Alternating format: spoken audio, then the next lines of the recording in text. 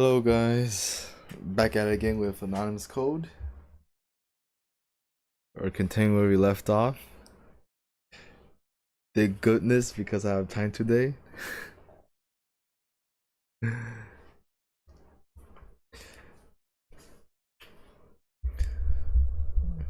Just a small recap. We just had a Christmas event with Momo, and we successfully did a Cyber Forestall mini event, mini concert, I guess, for them. That turned out well. And right after that, we got news that Davide is apparently not dead. So that's good to hear. Yay. Okay. With all that information in mind, let's jump right in. The sturdy gate opened, and a luxurious black car passed through on its way out of the residence grounds. Give me a second. Oh shit, this looks fucking creepy. A moment later, a hooded man stepped in front of the vehicle. Two members of the high security police jumped out to confront him. Out of the way! Oh shit. Having identified him as a threat, the officers raised their handguns. Surprisingly, in 2037, we still use physical handguns. Don't move! Put your hands up or we'll shoot! You won't. Hooded man maintained a calm expression. Next thing they knew, he had passed by the officers and knocked on the window at the back of the car. What? The window opened up. Inside sat Secretary General Sunji Nimura, advisor for the ruling party's leader. Nimura commanded immense political authority. Are you with the Holy Office 513? Oh shit, apparently he knew about the Holy Office 513, huh? I am. This man's a guest of mine.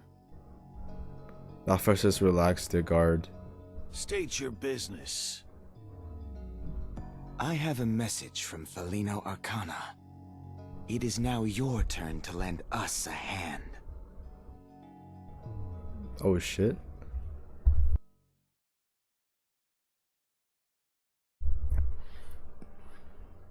Oh shit. The coordinates lead here. Also, yeah, we forgot that we met Juno, and apparently Juno said that she is Kent Korhise's little sister, so that's also surprising. Okay, what's the news? What's to blame? People avoid digital transactions for New Year's allowances due to low trust in banks. Recent hacking incident to blame. Of course, that's definite.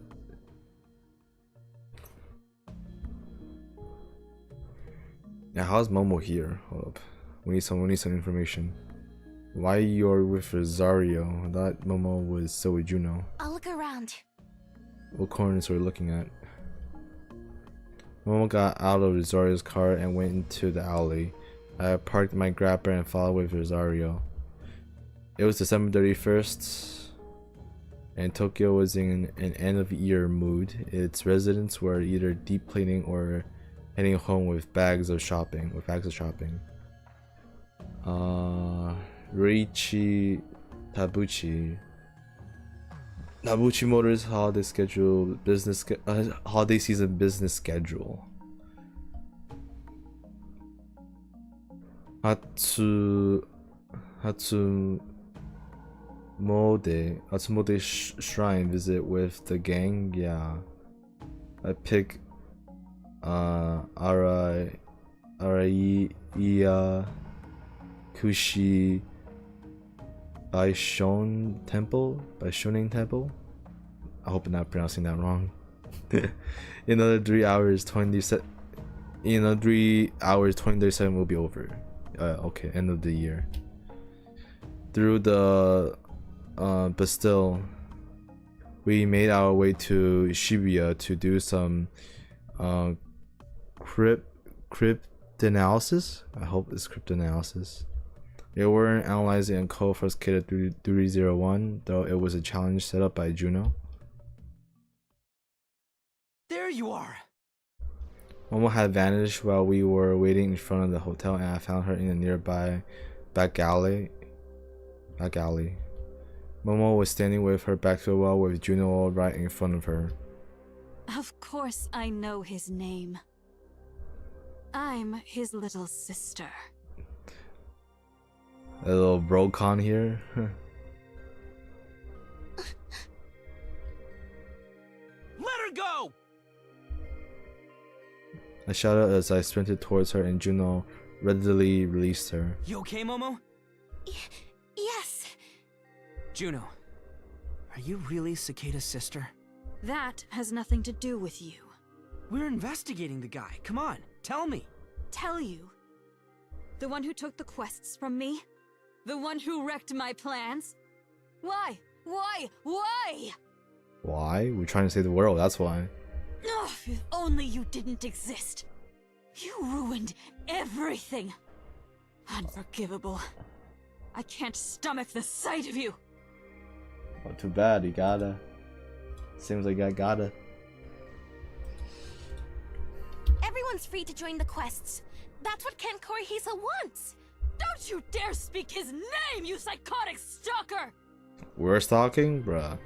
Kent's mine. Stay away from him. Brocon type, huh? I'm going to meet him no matter what. I want to save the world with him.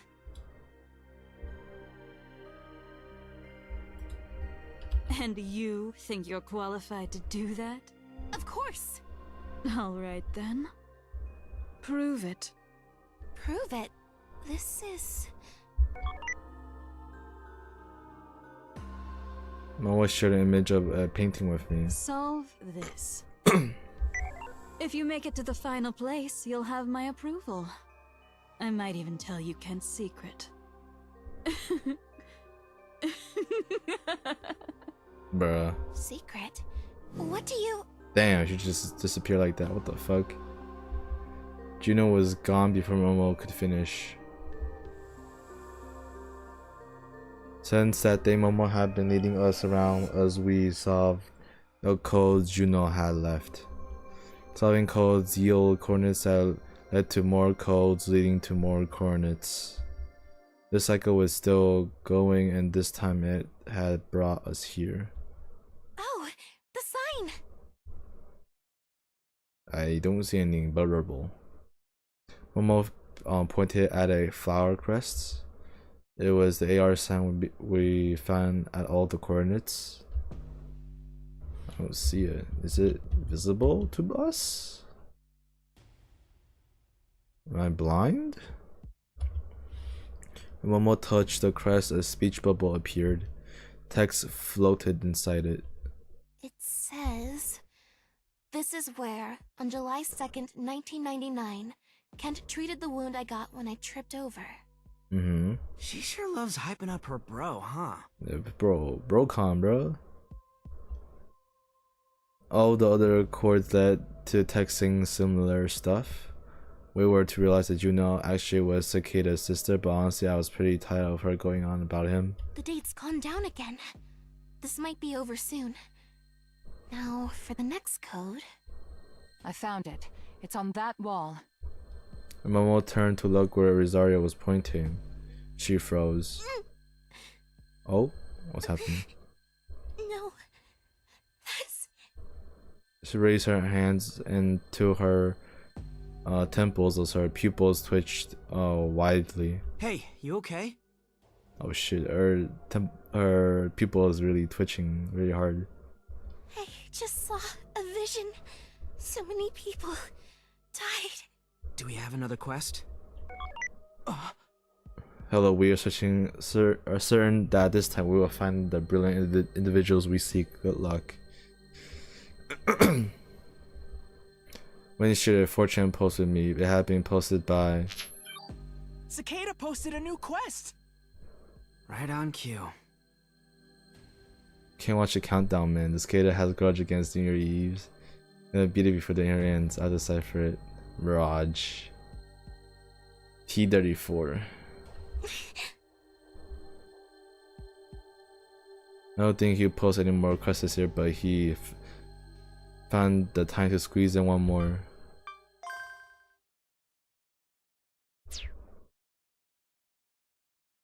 Juno showed up too. So I was obviously gonna be the one who end up solve. Whoa! But she's spamming. She's spamming. I'm the winner this time. It has to be me. Back off. The one that gets in my way. Interfere, and you will pay.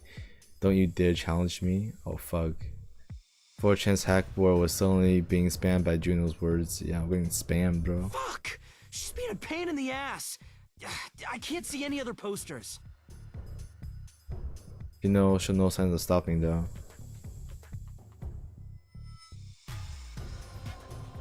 Oh fuck. 4chan went down? She went down because of Juno? Oh fuck. Ah, cheat! Did Juno do that? Yeah, she overloaded the server with all her posts. It's sabotage. That woman. Hey, you checked 4chan? I was there when it went offline. Let's use some other site. We can't. All the hacker hangouts are down. What? Does this mean we gotta solve it by ourselves? In the worst case scenario, yeah. I'll look for a way to get in touch with other hackers. Can I leave Juno's code to you?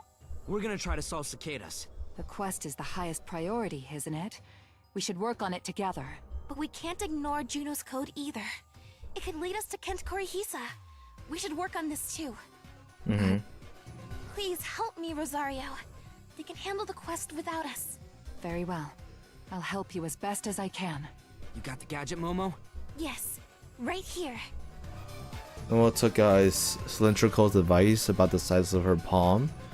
It was like a hockey puck.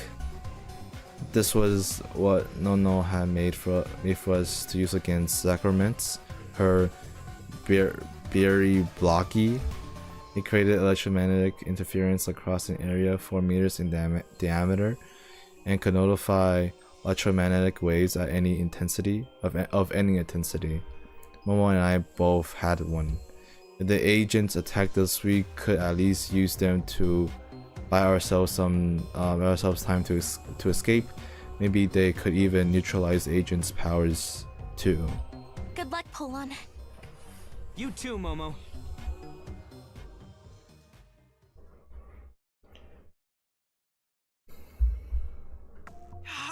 They're all down! Breaking all major social media services down. Hacking suspected, of course. Even the social media sites that aren't for hackers are gone. The info exchanges on the dark web are offline too. Yeah, how you even influence the dark web as well? That's something else impossible. She's so annoying. 2 hours have passed since Cicada 301 posted his new quest. Juno used DDoS attack to bring down all the social media servers, including ones unrelated to hacker-centric sites. Holy luck! The comments on this video! Hackers are talking! ED besties? Beasties? ED beasties?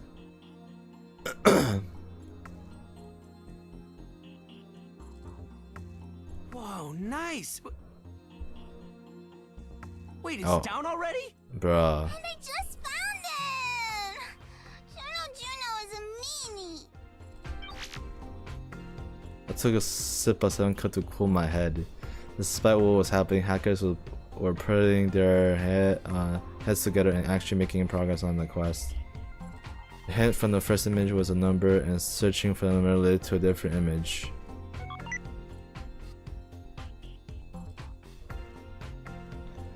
First hint: for the human body is so designed by nature that the face from the chin to the top of the forehead and the lowest roots of the hair is a 10th part of the whole height. The open hand from the wrist to the tip of the middle finger is just the same. The head from the chin to the crown is an eighth, and the neck and the shoulder from the top of the breast to the lowest roots of the hair is a sixth. From the middle of the breast to the summit of the crown is a fourth. When we take the height of the face itself, the distance from the bottom of the chin to the underside of the nostrils is 1/3 of it. The nose from the underside of the nostrils to a line between the eyebrow is the same. From the lowest roots of the hair is also a third, comprising the forehead. The length of the foot is 1/6 of the height of the body. Of the forearm, 1/4. And of the breadth of the breast is also 1/4.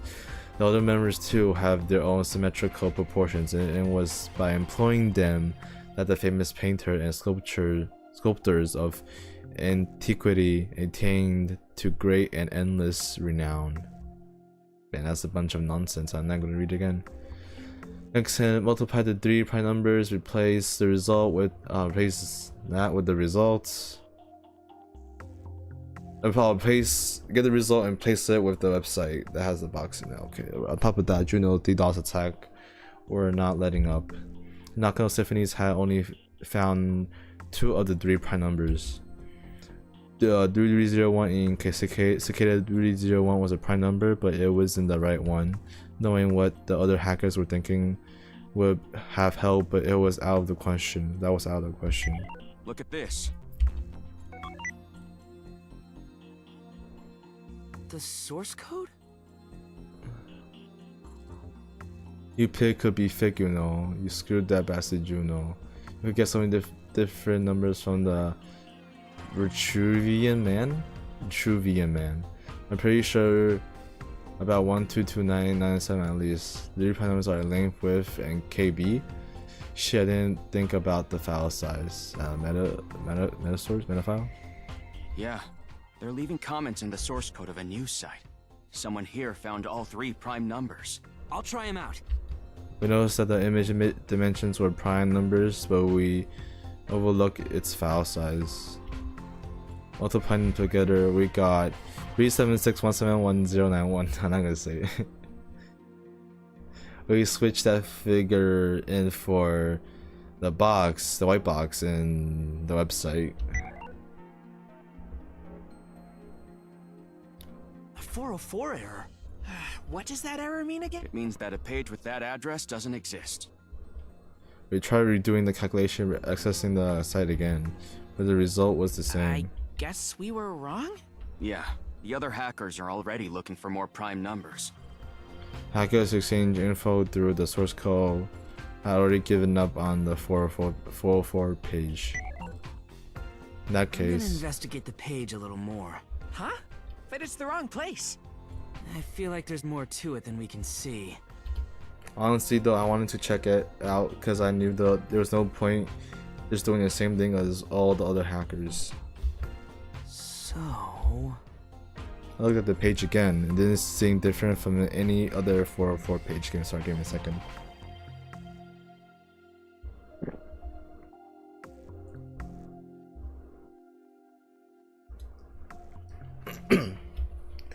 The spelling was the same. The text was displayed normally. There were no hidden images. Nothing about it was special. Maybe there was something in the source code. Pollon, you might be onto something. This page was made a year ago. Huh? Year ago, huh? There were 2 types of 404 error pages. One type was automatically produced by the browser, and the other was prepared by the home page's creators. Since this error page was made a year ago, it had to be the later, meaning that the kid himself might have made it. Wait, what? Bad news! You should close that page right now! Huh? Why? A bunch of people are saying that the page made them feel nauseous and made their children collapse. Wait, what? Something's making the hackers queasy? Huh? No, it's just happening to kids. A phenomenon that only affected kids and did nothing to adults. Cross, does the page have any sound? Sound? Let me check. He moved his hand over his input device. Found something. It's an audio file. Thanks. I played it and What the hell? Nothing? That's some scary shit. No, it's not nothing. We just can't hear it. Huh? What do you mean? You remember those toys from a while back? The ones with audio comms? The little remote-controlled cars. I got someone to buy one for me when I was a kid, but I started feeling like crap as soon as I played with it. I puked my guts out. I thought it was just a cold, but my friends said the same thing happened to them. Were the toys cursed? No, there was a problem with the audio comm frequency. The input data was supposed to be sent using inaudible frequencies, but by some mistake, they used a frequency that kids could hear. So many kids were affected that the toys eventually got recalled. I even returned mine and got a different toy. How come only kids could hear it? Kids have a wider audible range than adults. Their ears can pick up more frequencies. Oh, that makes sense. I visualized the waveform of the sound file. And yeah, something's definitely there. Just two sounds, huh? It could be binary. Can you convert it? Give me a sec. Cross uses the input device like a DJ. I think Cross has the coolest input device. The way of inputting information to the device. 1000101 100. Converting it to ASCII code gives you EGG. Egg. Egg. Oh, that's awesome! We got our next hint! Why egg, though? No idea. When's Cicada gonna quit it with his goddamn codes? Our reward for making sense of these codes were just more stupid codes. These siblings had to chill. I drank some 7-Cup to stop myself getting pissed off.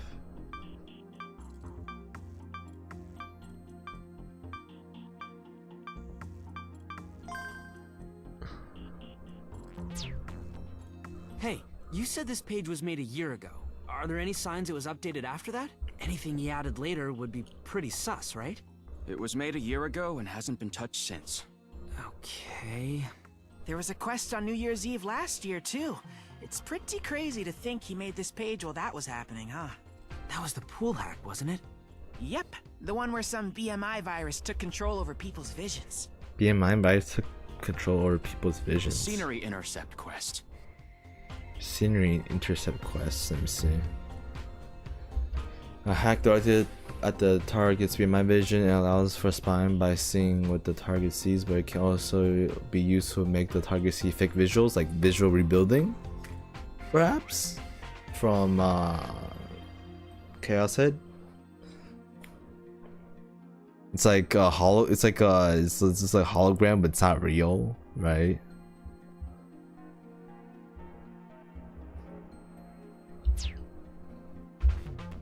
This was the first quest that led to fatalities. Sorry. The virus was spread throughout Seattle and infected people's BMI through Wi-Fi connections, as well as changing what people saw. It hijacked their nervous systems and manipulated their emotions, driving them to jump off buildings.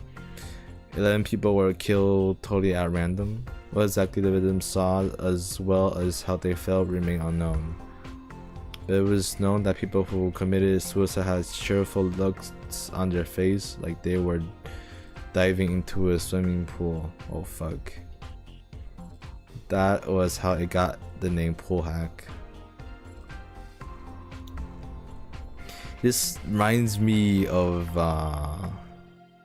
the first new gen murder case, right, where people just were just jumping, just like a group of people just jump off the building, right? Perhaps they sing something like this and just jumped off the building, you know?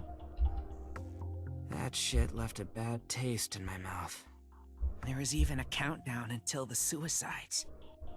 It was the second quest Cicada 3301 posted after his reappearance on May 5th, 2036. It was also the first quest Cross and I took part in. I didn't have any saving loading ability back then, so all we could do was watch as the victims threw themselves to their deaths. Is this what the egg meant? What, you found something? Look. Or 50 people on the helipad of a closed building. You are currently watching live footage from our drone. According to witnesses, people suddenly started gathering at the helipad on Shinjuku's Egg Tower about half an hour ago. The tower's integrity was called into question after the sad morning, so it was designated off-limits to the public in case it collapsed. As such, an extremely dangerous situation could be unfolding. More than 50 people have gathered now. Who are they, and what do they want? There's a countdown on the other building! It's just like the pool hack! It's gotta be the quest! Did Cicada plan this event a whole year ago? The people on the helipad were looking up at the sky, all spaced out. They were staggering around like they were hypnotized. It was Pool Hack 2.0. Then once the countdown reached 0, more than 50 people were going to jump to their deaths. We had about 54 minutes left. The countdown was scheduled to end 5 minutes into the new year. This one had the same setup as the last week. Could prepare digital vaccine and then remotely. The hackers are saying that those people's BMI are offline. They're not on the scene, so it's not like they've tried infrared or close-range radio yet. But... Whoa, hold on! You're saying we have to wire up and install the vaccine into everyone individually? that depends on what we find out, but it's possible. Then we look into it and find out how much time we have left, how many seconds will we have to use for each of them. Even if I went to the helipad this second, I have to vaccinate every person under a minute. Yeah. Nah, we cannot make it. I don't even have the time to think about this. Yeah, I don't have time. I'm heading to the tower. I'll see what's what when I get there.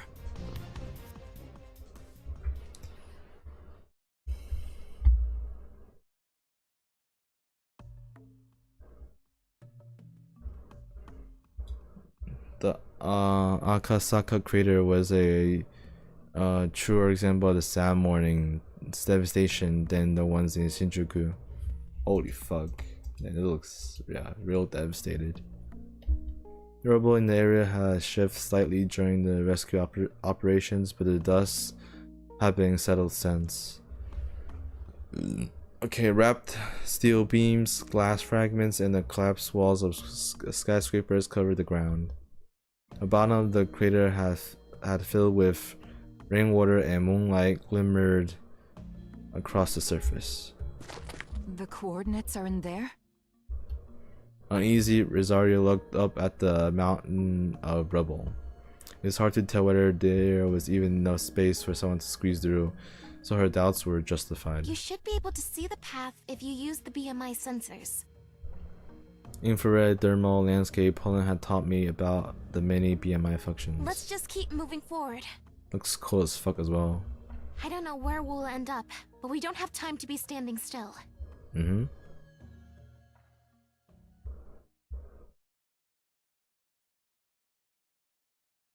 Here it is.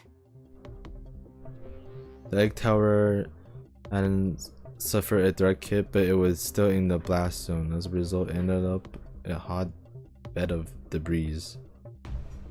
That's why it had been completely sealed off. It was only a matter of time until it was demolished. A large earthquake would probably be enough to bring it down. Yeah, it looks pretty bad. And right now there were more than 50 people standing on its helipad. Breaking, over 50 people gathered at Shinjuku Egg Tower's helipad. TMPD investigation in progress. Cicada must have restored its electricity. I could see some lights shining up there. Police officers surrounded the building. There was no tape to cordon off the area, so they couldn't have been here long. Some MSM crews were doing live broadcasts about the situation too. There were some curious onlookers around as well, but only about 10 so far. I saw the countdown countdown video the hackers had set up. It felt like time was melting away. We had to. I don't think so. Load here. I'm checking the foreign news, and it looks like the only pool hack going on is the Egg Tower one. Oh, okay. During the last pool hack, multiple people committed suicide from high-rise buildings, and the face hack blew up in a global scale. A global crisis, sorry. Global crisis. Since this quest was focused in one spot, Cicada must have been targeting me. Even if that worked out for us, I didn't know how to feel about everyone else who got involved. It was our fault they were in danger. We had to take care of this somehow. There's gotta be other ways this pool hack's different from the last one. We have to be thorough as we work. And we should watch out for Juno too. There was no way she was gonna stop at DDoS attacks. Yup.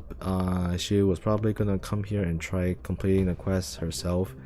If Juno was here, she was gonna get in our way for sure. I'll use the neighboring building to try and analyze the situation at the helipad. Owner I'll safe? help you guys.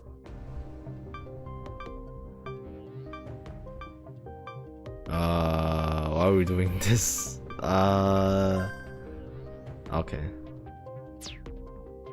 All right, then I'll climb the Egg Tower. What?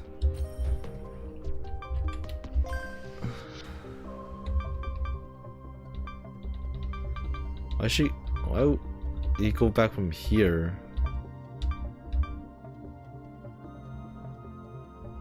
Huh? I think something wrong with the game. That shouldn't be happening.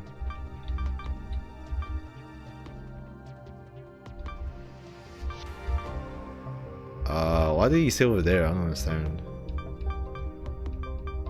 And there should be 7 pages. Why is it 8 pages? I don't understand.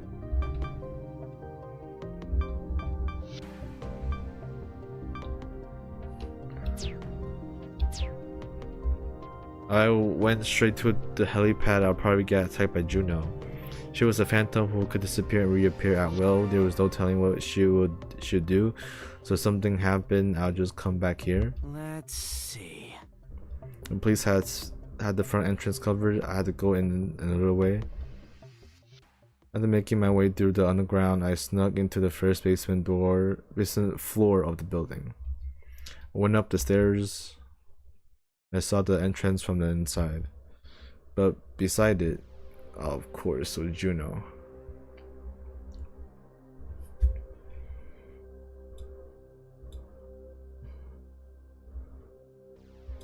The 10 scent of her perfume was filling the air. Stop wearing perfume, bro.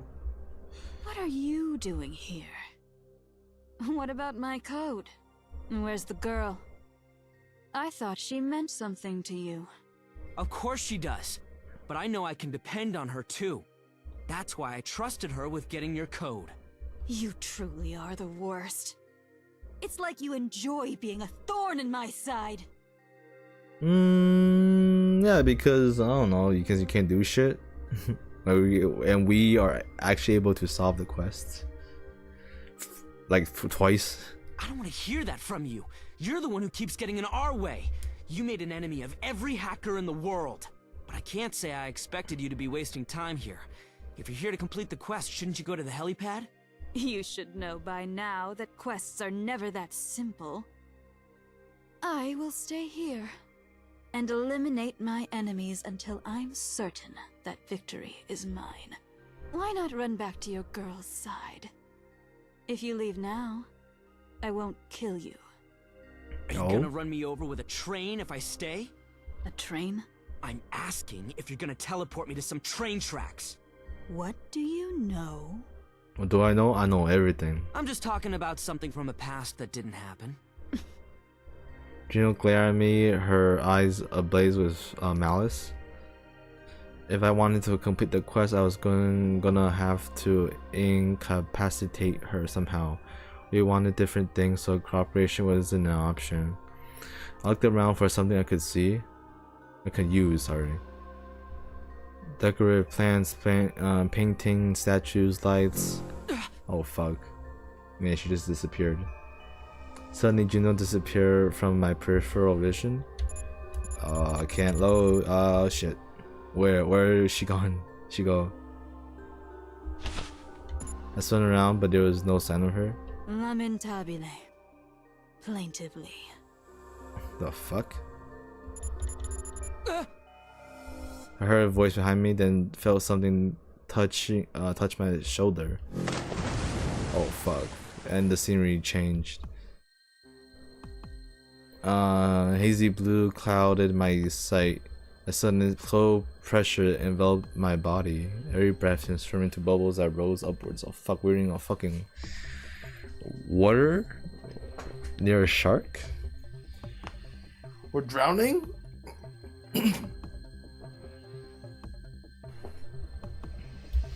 I was underwater. The moment I realized, I started searching desperately for a way to the surface. Luckily, I couldn't feel a current acting on me like it would be a river or an ocean. The scenery below looked like a seabed. The shark passed right by me. Oh fuck! Shit! I pumped my limbs wildly to try and get myself to the surface. I didn't have time to check if the shark was after me. Yeah. The sudden dangerous situation and the lack of oxygen had made my head go blank, and all I could do was just swim to the surface. I burst in the water, then leaped out of the tank as fast as I could. At least my limbs were intact. Looks like I made it out in one piece.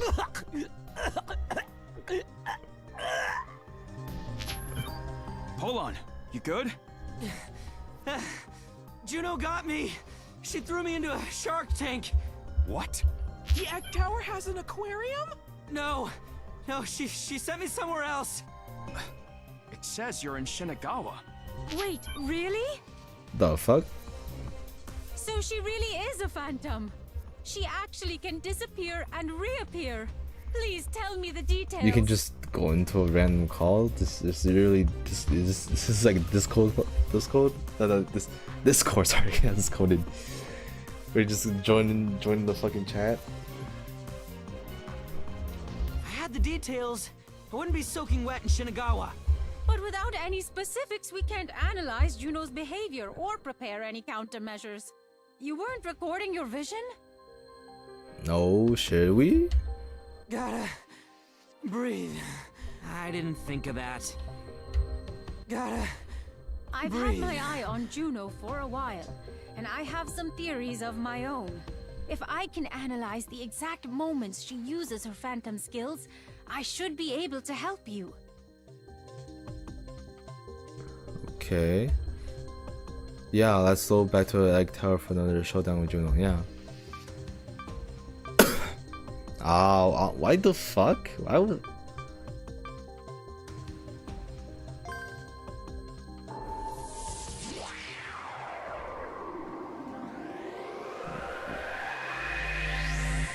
What did he say over there?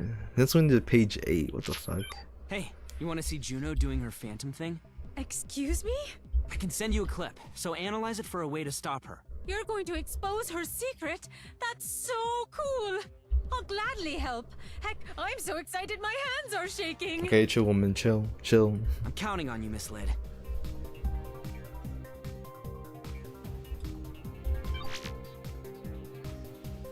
Juno was in the egg tower just like before. Where's the girl? I thought she meant something to you. Of course she does. But I know I can depend on her too. That's why I trusted her with getting your code. Saying the same thing? Not to aggravate her, I guess. I said the same stuff as last time and waited for her to do her thing.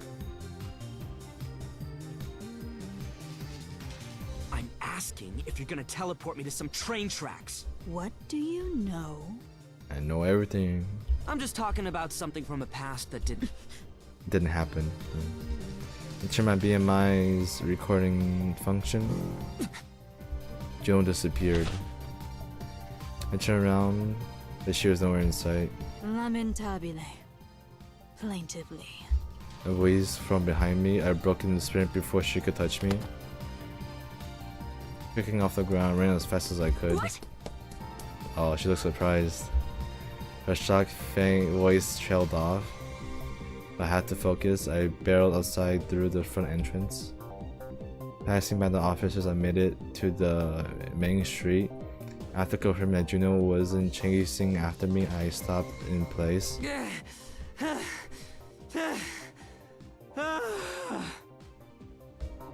Instead of according to Miss Lid. This footage is amazing. The way she disappears is practically teleportation. Yes. If she touches you, she can instantly send you somewhere else. She can do it to other people too? That makes it even more interesting. I'll be waiting on your analysis. I need a strategy too. There's no way I could get anywhere near the helipad without a way to counter Juno's skills. I could help Cross and win until Miss Lid was done with her analysis. But it gotta be quick though. Oh, a car pulled over. I saw a police car came to a stop nearby. Its door opened and... Hey, it's the Cyberforce Oh, dolls. they look upset. They look sad. Maybe because Davide? Who knows? Maybe the CCO has some juicy info about the pool hack that we missed somehow. I figured that it would be a good idea to talk to them before meeting up with Cross and Wind. Oh, let me talk, bro. What are we doing? Why are you paused there? Oh shit. Okay, Momo's POV. The fuck is this? We followed the path using BMI sensors and ended up at an entrance to the underground. It was one of the so-called service tunnels spread through the city and was full of communication cables. Or those comm cables, okay. The coordinates given by Juno's code led somewhere beyond this tunnel, and we moved forward with the flashlights in hand. Be careful. There's more rubble here. Many places nearby had collapsed following the sad morning. You had to crawl in places, pass through flooded areas, and even the longer paths where even that was impossible. Momo, look over there. Rizal used her flashlight to light the path ahead. There I saw it. A door. Yeah, it's a door. What's inside that door? A metallic door, and so pristine that it fell out of place. It had clearly been installed after the sad morning. There was an electronic lock on it with a device for password input. We're at the coordinates. So the place is past this door. It looks like we need a password though. If I had to guess, 1223. I used a 4-digit number I'd seen during the process that led to these coordinates. It worked. Oh, okay. I twisted the knob and pushed the door open. A fainted light leaked out from the inside. Opened the door further and stepped through. I was a ceremony kind of esque theme. It was a space about 16 square meters in size. I felt like an apartment room. It without any windows. Is that a coffin I see? Unlike its new metallic door, the room was quite dilapidated. Okay. Was this a part of the service tunnels? Was it installed later, or was it accidentally buried during the sad morning? A number of candles lit the room. In the middle was a large, peculiar box. It was made of marble and glass. It sat on an elevated platform. It was longer horizontally, about as big as a fridge on its side, though the glass I saw it was filled with flowers. What is that? Let's take a look. We moved closer and looked down at it. Oh, with this someone's body. Okay, it looks like Kent Kurihisa.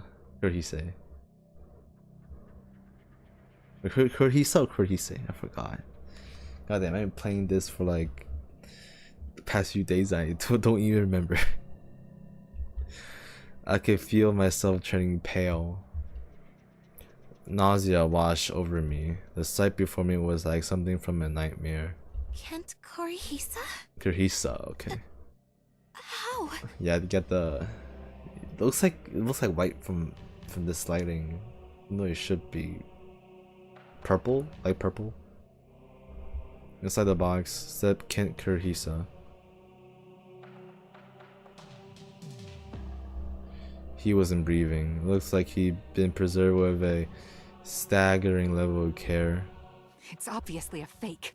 That woman is trying to trick us. And I'll prove it. Rosario reached for the coffin. At the moment, we felt someone join us. So, you made it all the way here. Juno! What is going on here? Why is Ken Korihisa? As you can see, he's dead. Congratulations! Now you know his secret! That can't be true. If he's dead, why are the quests still happening? Who is Cicada? Did you kill him? How dare you suggest such a thing! As if I'd kill my beloved! Your beloved. He's your brother, not your beloved. I guess you could say beloved brother, but you know, sub Rokon. How did he die then? Can you prove that this corpse is really him? There was an accident. Accident, okay. He was in a cold sleep machine for a long time, resting. Why is he in cold sleep machine? He said, in order to circumvent the end, he needed his brain to stay young. Circumvent the end, he needed his brain to stay young. He was so beautiful that I made a habit of simply watching him sleep. Bruh. If those days were waking dreams, then February 6, 2036 was the day I woke up. On the sad morning? He came out of cold sleep shortly before that, and then he was reduced to splattered bits of flesh. He was caught in the SA-4D attack. By the time I found him, he was already dead. No.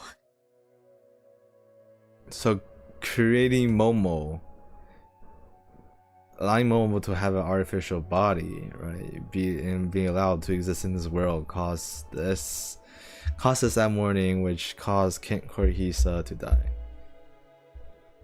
I moved the rubble off of my brother and gathered him as thoroughly as I could. His hair, his teeth, his nails and flesh and blood. Oh, that's right. I used a sponge to soak up the fluid and wrung it out into a bucket. He was in pieces, but he was just as adorable. I put him back together, taking my time and enjoying every second of it. Bruh. Yandere Brokon. You can't imagine how I felt when I finally put him into the coffin, whole again.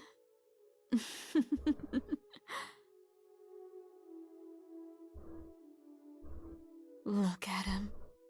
I reassembled him perfectly, didn't I? Bruh, No one would think he'd been crushed by so much rubble. Speechless in terms of, I'm like, what the fuck did you do?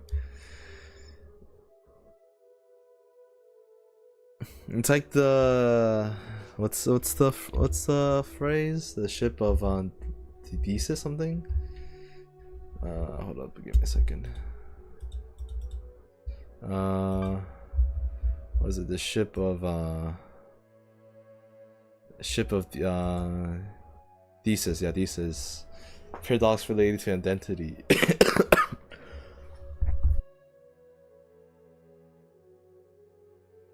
Sorry, give me a second.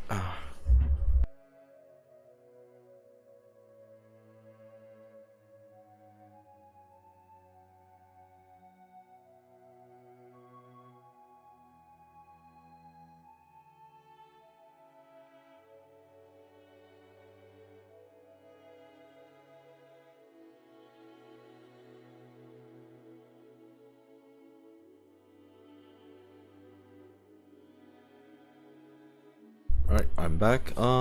Yeah, it's like it's basically regarding this, like how it's your brother is not the same. It's definitely not the same. You building back your brother, what's the point of doing that? I don't understand. Just get the body. I don't know. Brocon type of activities here. Oh, dear brother. You're as beautiful as ever. Still the Kent I've loved for as long as I can recall. And no different from when I first wanted you. With a gentle smile on her face, she kissed the glass coffin. You understand now, don't you? You can't have him, no matter what you do. What we do? Okay. I should already went mad. He's already mad. Don't come anywhere near my brother ever again! And don't you dare investigate him any further! Leave this place! Be gone! With a terrifying expression on her face, she grabbed us by the shoulders and marched us out of the room. Can't she just teleport? Momo and Rosario? Oh, we're back. Okay. Pollon Takaoka. What's the bad news? What's the bad news? Perfect timing. I was gathering info about the pool hack. People up there are gonna jump off soon, so let's work together and get this done. We can't. We're not here for the quest. What? Where's Momo Aizaki? Not with me. I can see that. I'm asking you where Oh, she is. it's probably about Davide. It's probably about Davide. Didn't you get her contact info? She's offline. I can't call her. Hey, where is she? Where is she? Doing some other type of info searching. Hold on, why are you being so cold? What's wrong with you? Hey, don't you two think there's something up with her? I figured Rico and Iroha would agree, but We can't chat right now. Just answer our questions. what? We need info. I need info. Probably Davide though. Whoa, what the hell? Something wasn't right with them. They were even said they weren't after the quest. Has something happened? Hey, if you see any cops, turn and run. What? Huh? The TMPD are working with the Holy Office. Some of its departments are trying to capture the little lady. What about the CCO? Don't trust them either. What's the fuck's going on? I just keep putting in my pocket and send Momo a message warning her about this. Put your hands where I can see them. What? Try anything funny and we'll arrest you. But you're not the police. How you gonna arrest me? How about no? Show me your hands! Nothing off with the visual. I typed a message and sent it. Pollon Takaoka! Get a hold of yourself! You know what kind of fucked up people the Holy Office 513 are, don't you? As long as it's legal, it's okay? Is that it? My wish sucked Bombi, but she maintained her posture. I had a bad feeling about this.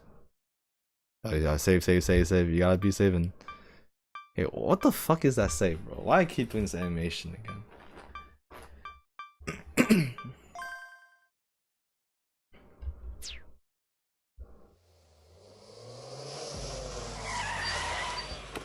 As soon as I had a police car stopped close by, 3 men stepped out. According to the BMI profile, 2 of them were officers from the Foreign Affairs Department. The third, young man in priest clothing, didn't have a profile. Vaz info was on the money. He was probably a Holy Office agent. CCO? Your job is to contact Momo Aizaki, isn't it? I wasn't informed you'd be here. She was offline, so we came to talk to Pollon Takaoka. If you found Takaoka, you should have reported it immediately. Interrogating him is our responsibility. The police is compromised. Oh fuck, the police compromised. We can't do shit. It's probably using the the visor to the leading party. That guy. Yeah, the whole office got to contact them.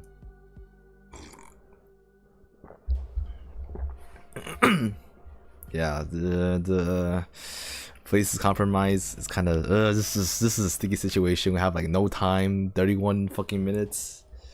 Yikes! The man looked away from Bombi and Tell me the whereabouts of Momo Aizaki. And if I say no? saying one of the police cars back swung open violently. The Cyberforce stalls and I look over to the car. A pale hand gripped the edge of the door. A strange scent whiffed past my nose.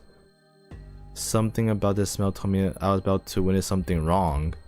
I got a bad feeling about this too. Yeah, me too, man. Ding. In the patrol car revealed itself. No way. This couldn't be real. The man before me couldn't possibly be here. Not him, not the man I had seen die in front of me. Davide Yesue? Oh no! Oh fuck! He looks like a fucking cracked sculpture. Holy fuck! His cocky smile twitched as I noticed that his face was weirdly contorted. Nah, it wasn't just his face. There was something wrong with his whole body, yeah. It was rotting away. His complexion was extremely foul, and in some places he had no skin or flesh at all. Yeah, he looks fucking dead. I know. You know. I guess he can't do anything about it. He doesn't know what to do. I explained the smell. It was a reek of decomposition. Our Davide fell to the pall of death once before, but by God's gracious will, he has undergone miraculous anastasis. What the fuck? Oh hell nah. Miraculous? Did a sacrament do this? She underestimated their powers. I didn't think they could even bring back the dead. Now, Davide, let us fulfill our mission and ask him for Lucia's whereabouts. Ah, well. What a joy it is to see you. I took off one of his gloves. He charged right at me. Now you're supposed to interrogate, not to burn the fuck out of me. I switched my Yuri blocking and threw it forward. The gadget landed 5 minutes in front of him. It was effective across a diameter of 4 meters. It will activate in 3, 2, 1. The fuck? That they escaped the gadget's effective range before it was activated. The bastard was actually faster than before. Can I even get away? Oh shit! Okay, got it. Without even stopping to think, I loaded a save. I go all the way fucking back.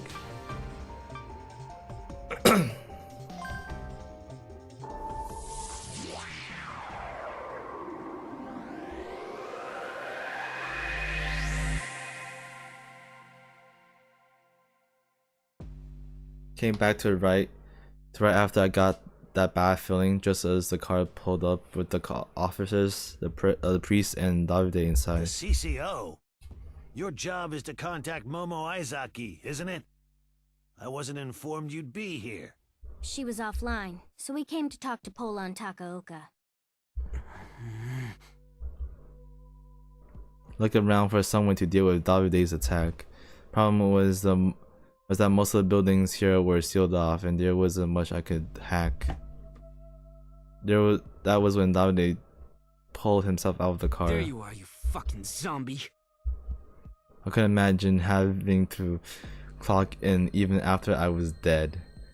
The whole office sure didn't seem like a great place to work for. True. Now, Davide, let us fulfill our mission and ask him for Lucia's whereabouts. They took off one of his gloves and charged right at me. I pressed the switch on my Beery blockade and threw it at him. This time it was closer than before. Once it activated, I had more time to. Now they simply crushed the gadget. Oh fuck. These things were too good to so good it pissed me off. It should be something, a switch like we have, so we can emit from our body instead, right? Instead of gadget, I think. Yeah man, this wasn't the time to be impressed. I didn't change anything. Things would turn out the same. I can't load though. I can't load. I leaped sideways, without it raining fast before my legs had left the ground. He seized my neck with his massive hand. His hand around my neck. He kept sprinting. Oh fuck. It slammed me right into a streetlight.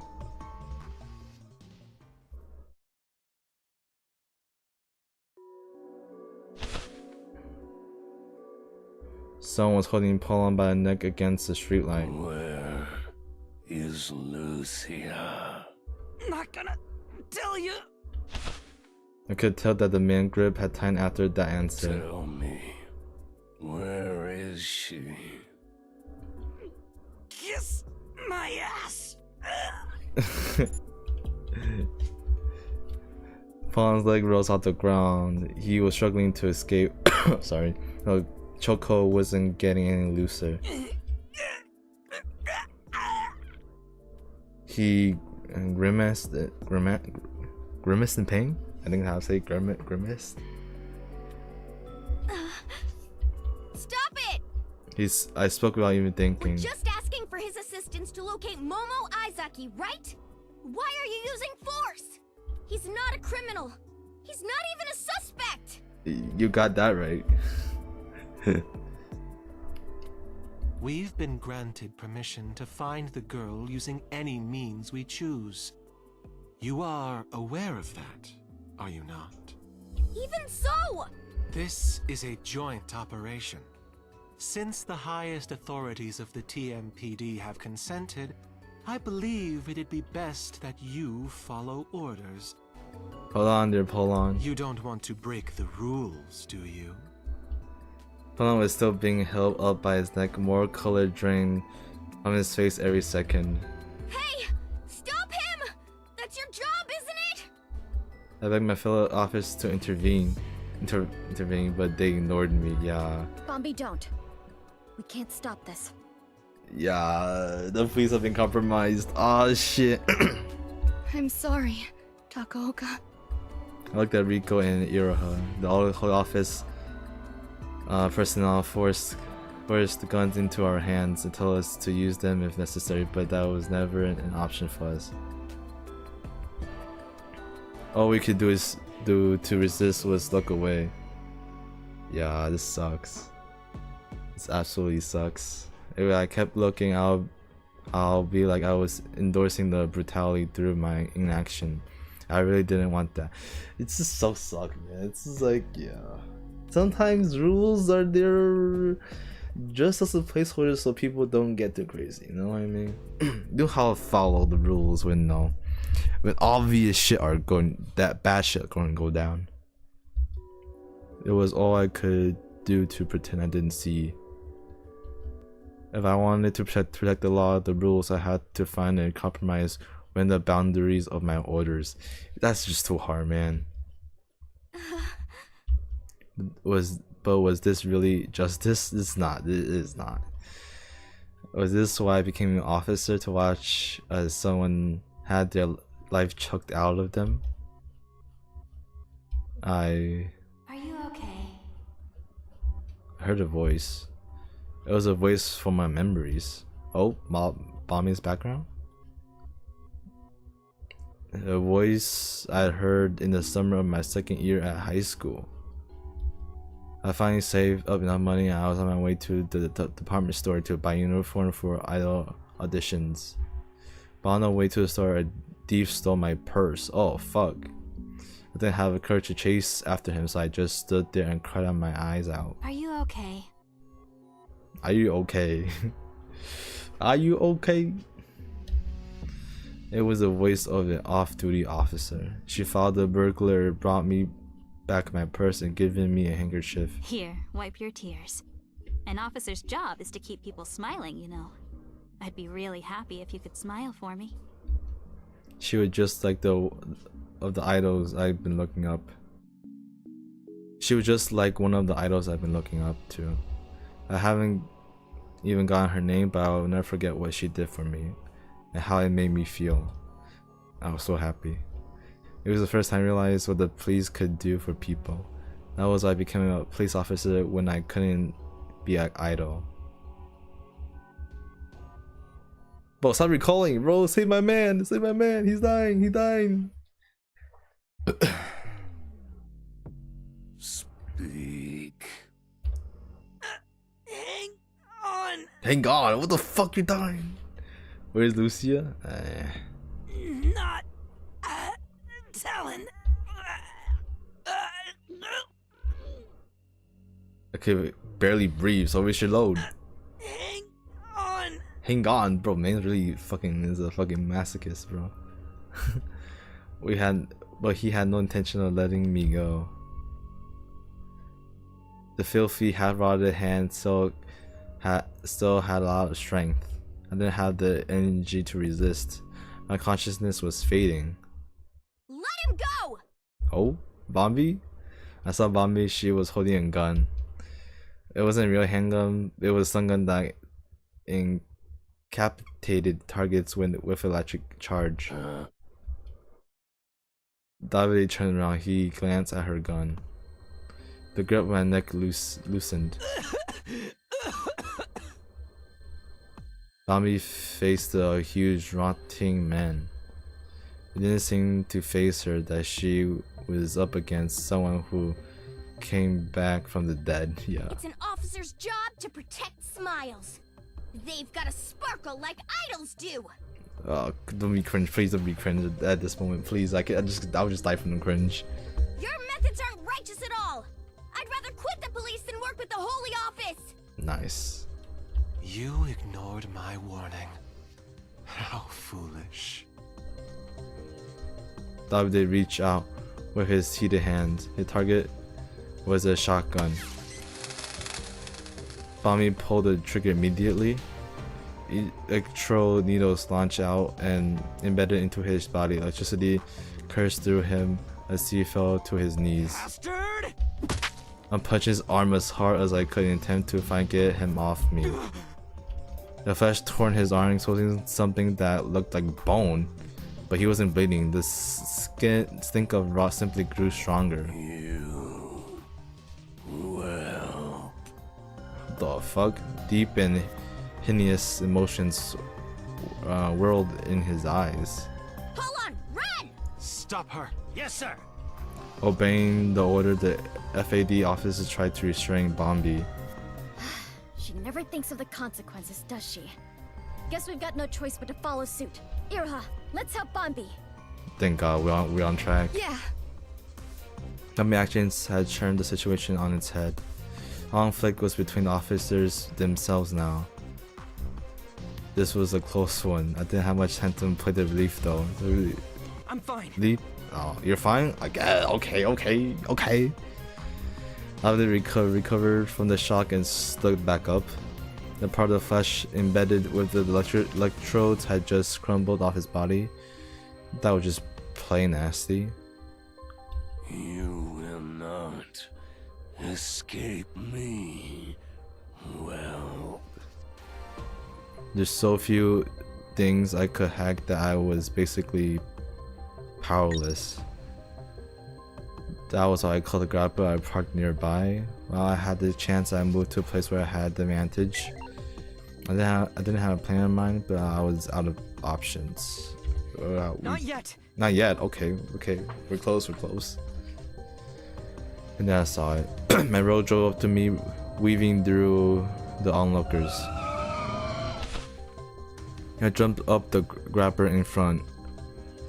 Attention, douchebags! Yeah, you, the cross-wielding zombie and his handler. I'm about to get away. Better come after me. Oh, 29 minutes left? Oh, fuck. after him. At once. The priests, they both rushed to their police car, all according to plan. What plan? Yeah, I didn't know about the plan. I made a sharp turn on my grapple and sped away. As I left, I saw FAD officers restraining Bombi. She always told me to respect the law, but she broke it to save my life. I owe her big time. Yep, you owe her big time.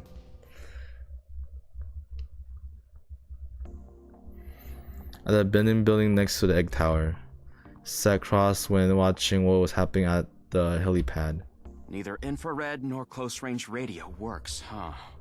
I wanted to hack into their BMI and get the details on this pool hack, but I didn't think there was no way to connect to them remotely. So, without a wired connection, you can't determine the virus and stuff? Yeah.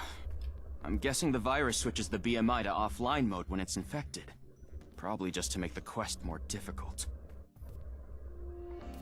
Eesh, that Cicada's a real piece of work. I guess I'll stick to it. See what else I can find. Okay, and I'll help.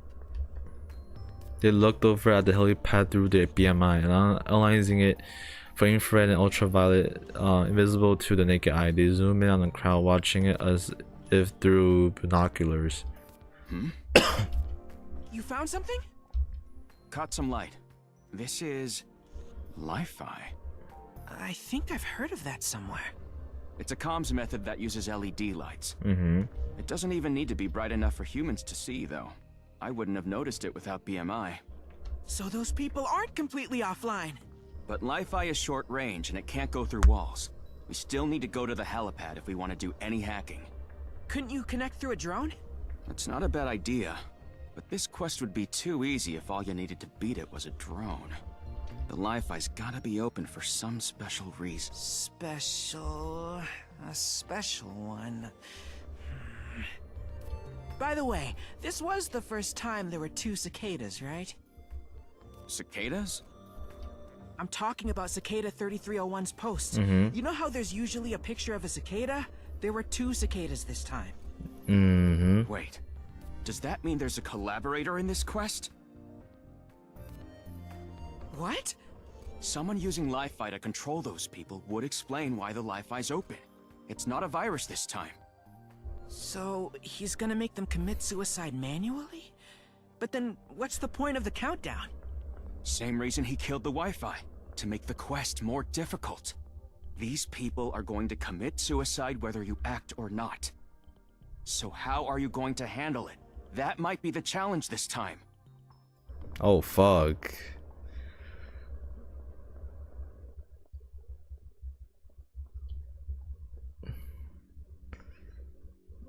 Message, oh, Pollon Takaoka. Once we crawled out from below the crater, we felt the pale light of the moon washing over us. It felt so far removed from the red candlelight of the room we come from. We seen Kent Kurihisa sleeping under that warm light. Is it really him? My instinct told me that it really was his body, but maybe Rosario was right. Maybe it was a fake that Juno had set up to demoralize us. And then quest arranged by Cicada 301, Kent Kurihisa's other name, were still on the way. Rosario, let's go help with the quest. If we meet with Cicada, we should learn the truth about his death. You're right. Let's go. I noticed that I received a message on my BMI. This is... TMPD joining Force Fully Office. Same goes for Cybersecurity Division. Be careful. My first step somewhere nearby. And when I turned to the direction the sounds were coming from.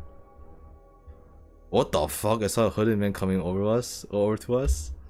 I don't notice a cross on his collar and his sleeves. My mind was overcome with anxiety. Holy fuck. There you are, Lucia. How you find us? What? Are you...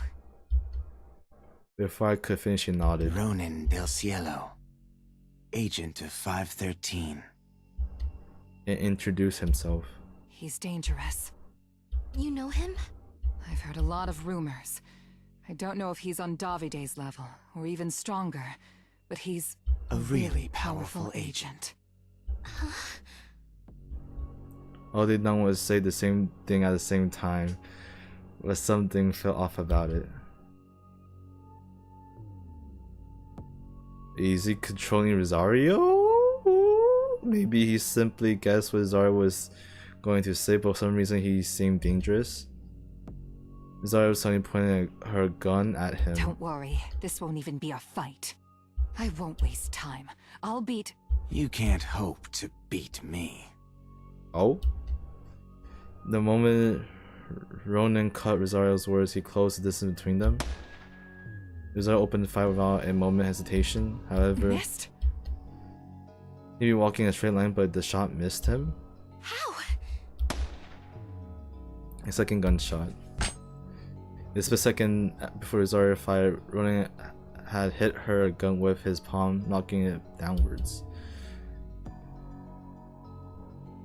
The bullet she fired hit the top of her own foot. Oh fuck. Almost subconsciously, I activated Nono's gadget and threw it at the ground. It was close enough to harm us too, but we were in a desperate situation. Ronan backed away as he knew how dangerous the gadget was.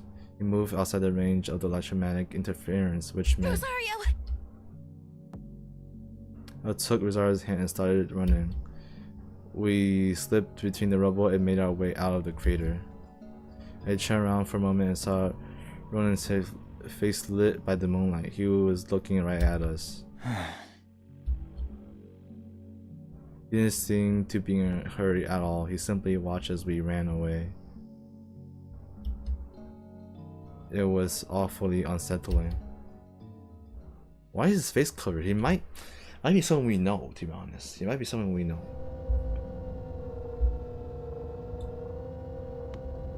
I drove around on my graper. That's what they call it, not grabber, graper. Looking for somewhere I could fight Davide. That's when I got a call from Momo. Hold on! We cracked the final code! Her breath was ragged. She must have been running. What happened? Did you figure anything out? Company managing egg tower receives flood of complaints. Helipad intrusion enabled by their negligence. Yep, probably. I don't know.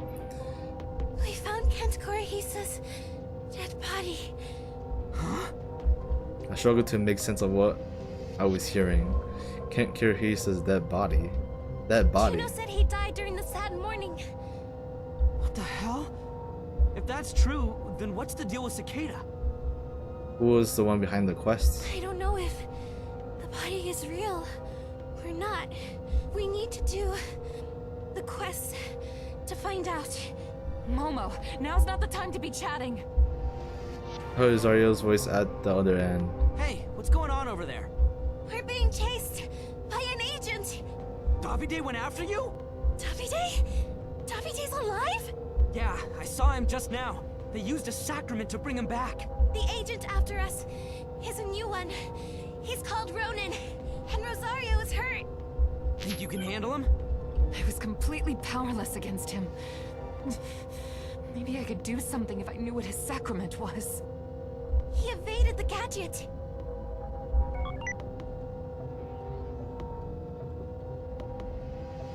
I used GPS to find their current location. It was near the Akasaka crater.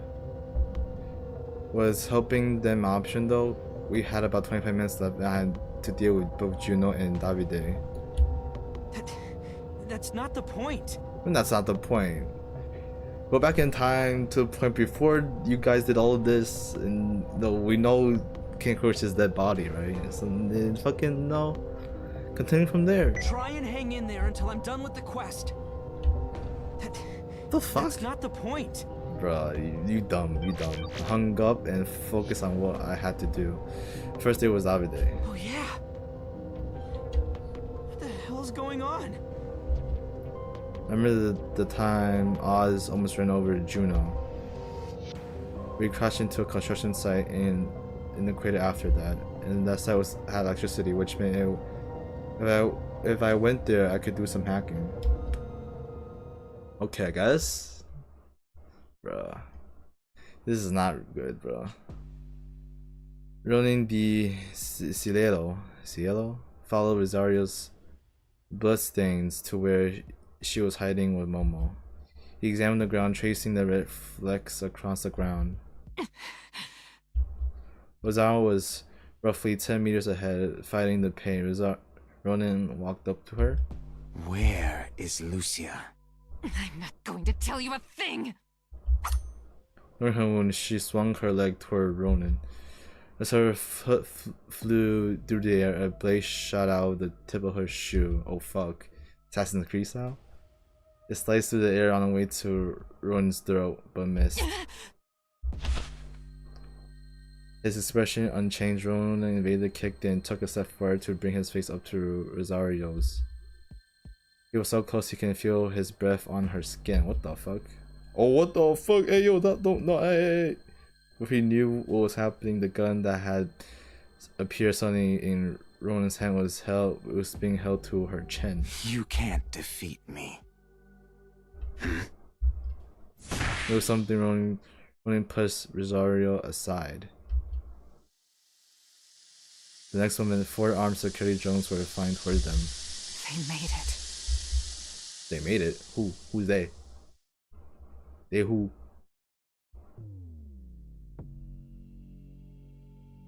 Hide in the bushes and watch as the 4 security drones arrived.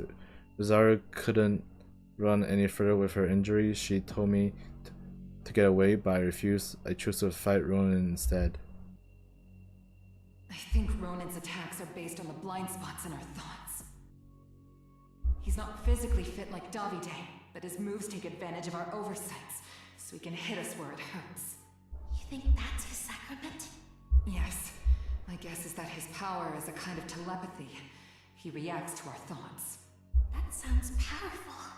But I know a way to deal with him. Look at the 4 drones. Rosario grinned. They made it. This was her idea of drone warfare. Rosario's actions were a response to his opponent's thoughts. His own blind spots must have been machines. Didn't have thoughts at all. Working under this assumption, Rosario sent me a hacking program so I could take control of the drones. They were equipped with wires for restraining intruders. Ronin del Cielo, we're going to stop you with these drones. So that's your strategy. Drones surrounded Ronin, poised to attack. They aimed their weapons at him. Took a few steps. Ronin took a few steps but didn't run away. He may have realized that he no longer could. Next moment, the drones shot restraining wires at him. With a sharp sound, the wires flew through the air. The unbelievable occurred. The drones wire passed right by Ronin. Ronin and entangled the propellers of the drones. They were opposite. All 4 of them plummeted to the ground. Their propellers smoke and they couldn't remain airborne. But Ronin was completely unharmed. How? Was it those steps he took? He hadn't moved because he was cornered. He was simply adjusting his position so the drones would fight at each other. Momo, run! Oh shit, a gunshot. The next moment Rosario collapsed. The remaining reminded me of what I've seen at Nakano Broadway. Oh, Rosario was bleeding from the head. Oh, PG. He killed her. Pollon, you should have just fucking loaded. You should just fucking loaded. Man, you got no time to do the quest, and then we got fucking people coming after you. Like, come on. After arriving at Shinjuku Crater construction site, I hid behind a bulldozer in preparation for my fight with Davide. Oh, the fuck is this shit? Oh, the fuck is this shit?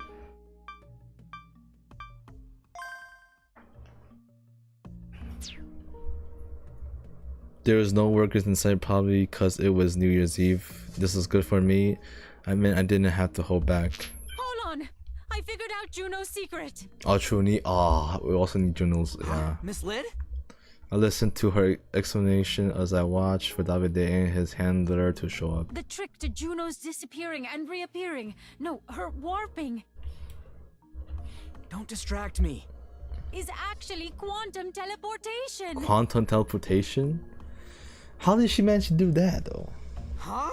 You mean like the stuff you see in sci-fi movies and anime? Yes, it's a method of transportation using quantum entanglement. It's considered theoretically possible, but no person had ever traveled that way. The best researchers could do was send information. But how did she manage to do it? Juno must be a true genius. Let me read the tip. Quantum teleportation, transportation technology that uses quantum entanglement instead of sending actual matter like regular teleportation would. It sends quantum state information, which is then used to reconstruct the matter in the target location. Opinions are divided on whether the matter from before the teleportation is the same as the matter after.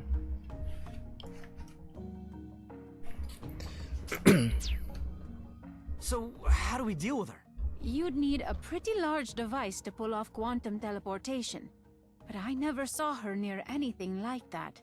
That leaves only one possibility. She's using the same thing as quantum communication. Quantum communication? Okay, what's the fuck is that? A method of communication using quantum teleportation, establishing pairs of entangled photons that act as senders and receivers, allows for extremely secretive communication. At first, the photons were sent to the receiving end using optical fibers, but since photon degeneracy imposed limits on sending distance, photons are now sent to both the sender and receiver ends using space satellites. Okay. Meaning... A satellite. If you can disrupt her communication with the satellite, you should be able to prevent her from using quantum teleportation. And then just... Oh, Miss Lid, you're the GOAT! Goat, bro, what? Hey, yo. Goat is so phrased in the future, 2037? It's not surprising. Thanks to her, I knew how to take care of Juno and make it to the helipad. I don't think so.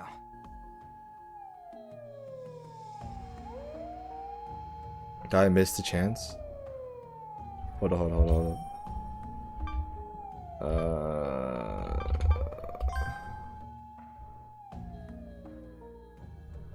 Let me do this again. Just give me a second. I think we could just TP'd. I mean, just loaded, not TP'd. I don't know. Hold on. Okay. Meaning... Oh, Miss Lid, you're the GOAT!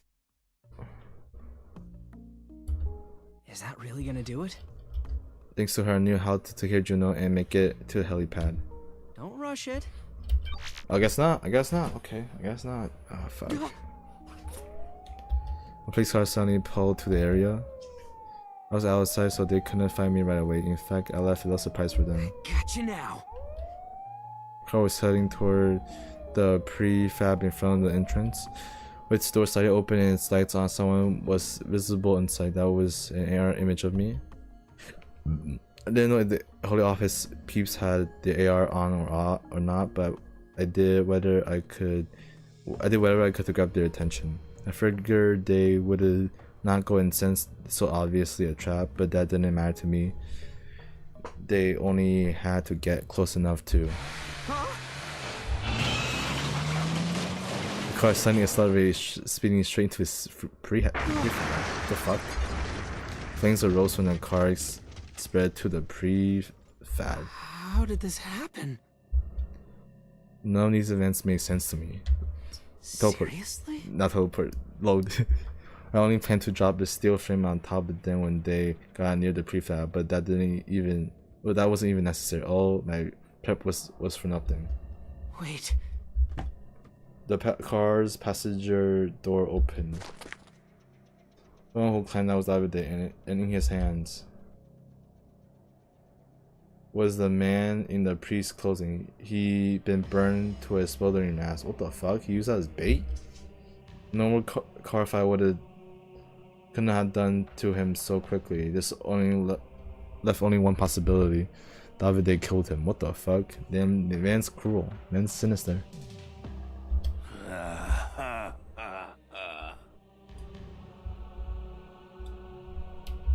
Davide laughed as he walked out of the prefab.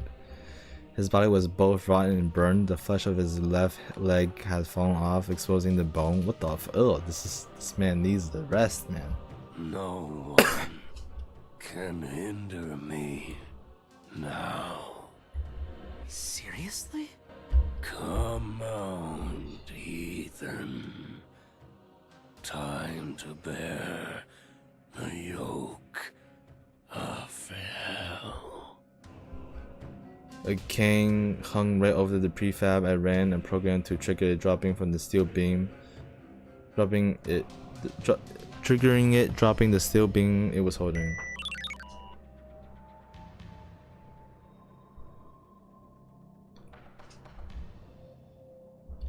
But moments before that. Hallelujah. Damn. The giant cross on Davide's back let loose a blinding light. It shimmered gold, emanting a strange and saintly vibe. Oh my god. A moment later, the light engulfed Davide himself. And I realized it wasn't light at all. Fire? The moment I realized the beams fall on him. But his fire melted through the steel beams, bathed in the smearing flames that cloaked Davide's body. They were reduced to liquid in a matter of moments. Is his sacrament more powerful somehow? I was more than 10 meters away from him, but it felt insanely hot. It was way more intense than the heat I felt I brought away. Shit, shit, shit! Shit, yeah, move on, load!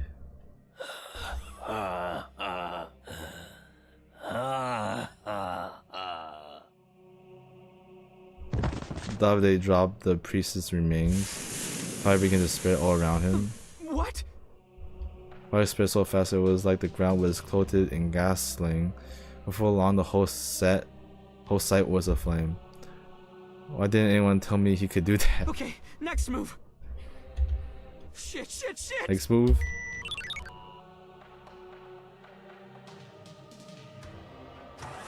I turn on the engines of the heavy machinery I'd hacked. The 5 vehicles parked around the prefab turned on their headlights and lurched forward. The huge treads and tires spun at full speed, hauling their hulking frames ahead.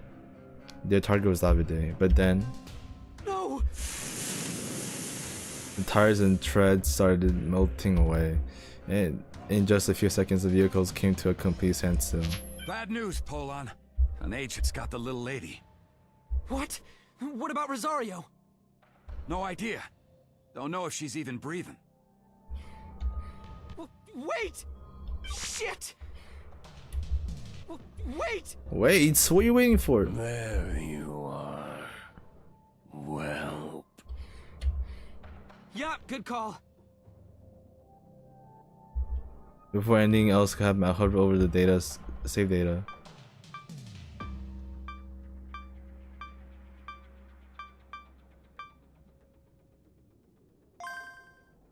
Why loading what? Why loading that? What? I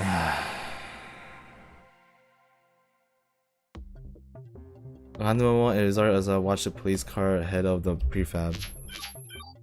What's the situation there? Rosario can't run any further, so we're gonna stay and fight Ronan. I have an idea of what his sacrament might be. I think we'll manage. No, don't try anything, just run away! Rosario's too injured for that. If you try to fight Ronan, the agents will catch you. Your plan isn't gonna work. Leave Rosario and get out of there. You're the one the agents want. Rosario might actually be safer if you go. But...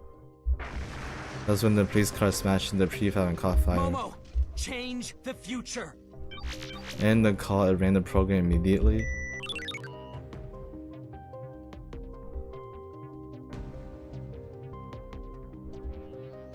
Let's see if this works. The crane dropped the steel beam it was holding. This time around, my plan was wrap things before Davide had a chance to get serious. Not done yet. Everything at once, huh? I don't think it's gonna work. Okay. I powered on the engines of the heavy machinery and had them all surge forward. The target was the burning prefab, a dump truck, excavator. Oh fuck! I can't say it, bro. Excavator. Okay. Oh my god, I've been speaking for too long.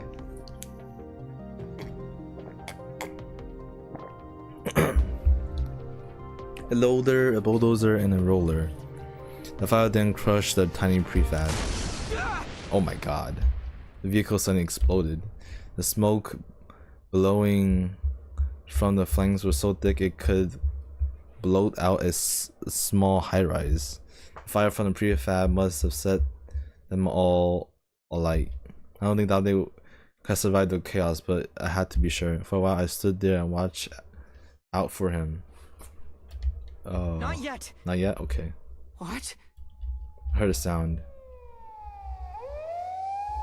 By the time I realized it was police sirens, the police cars had driven on site. They stopped near me and out of them stepped.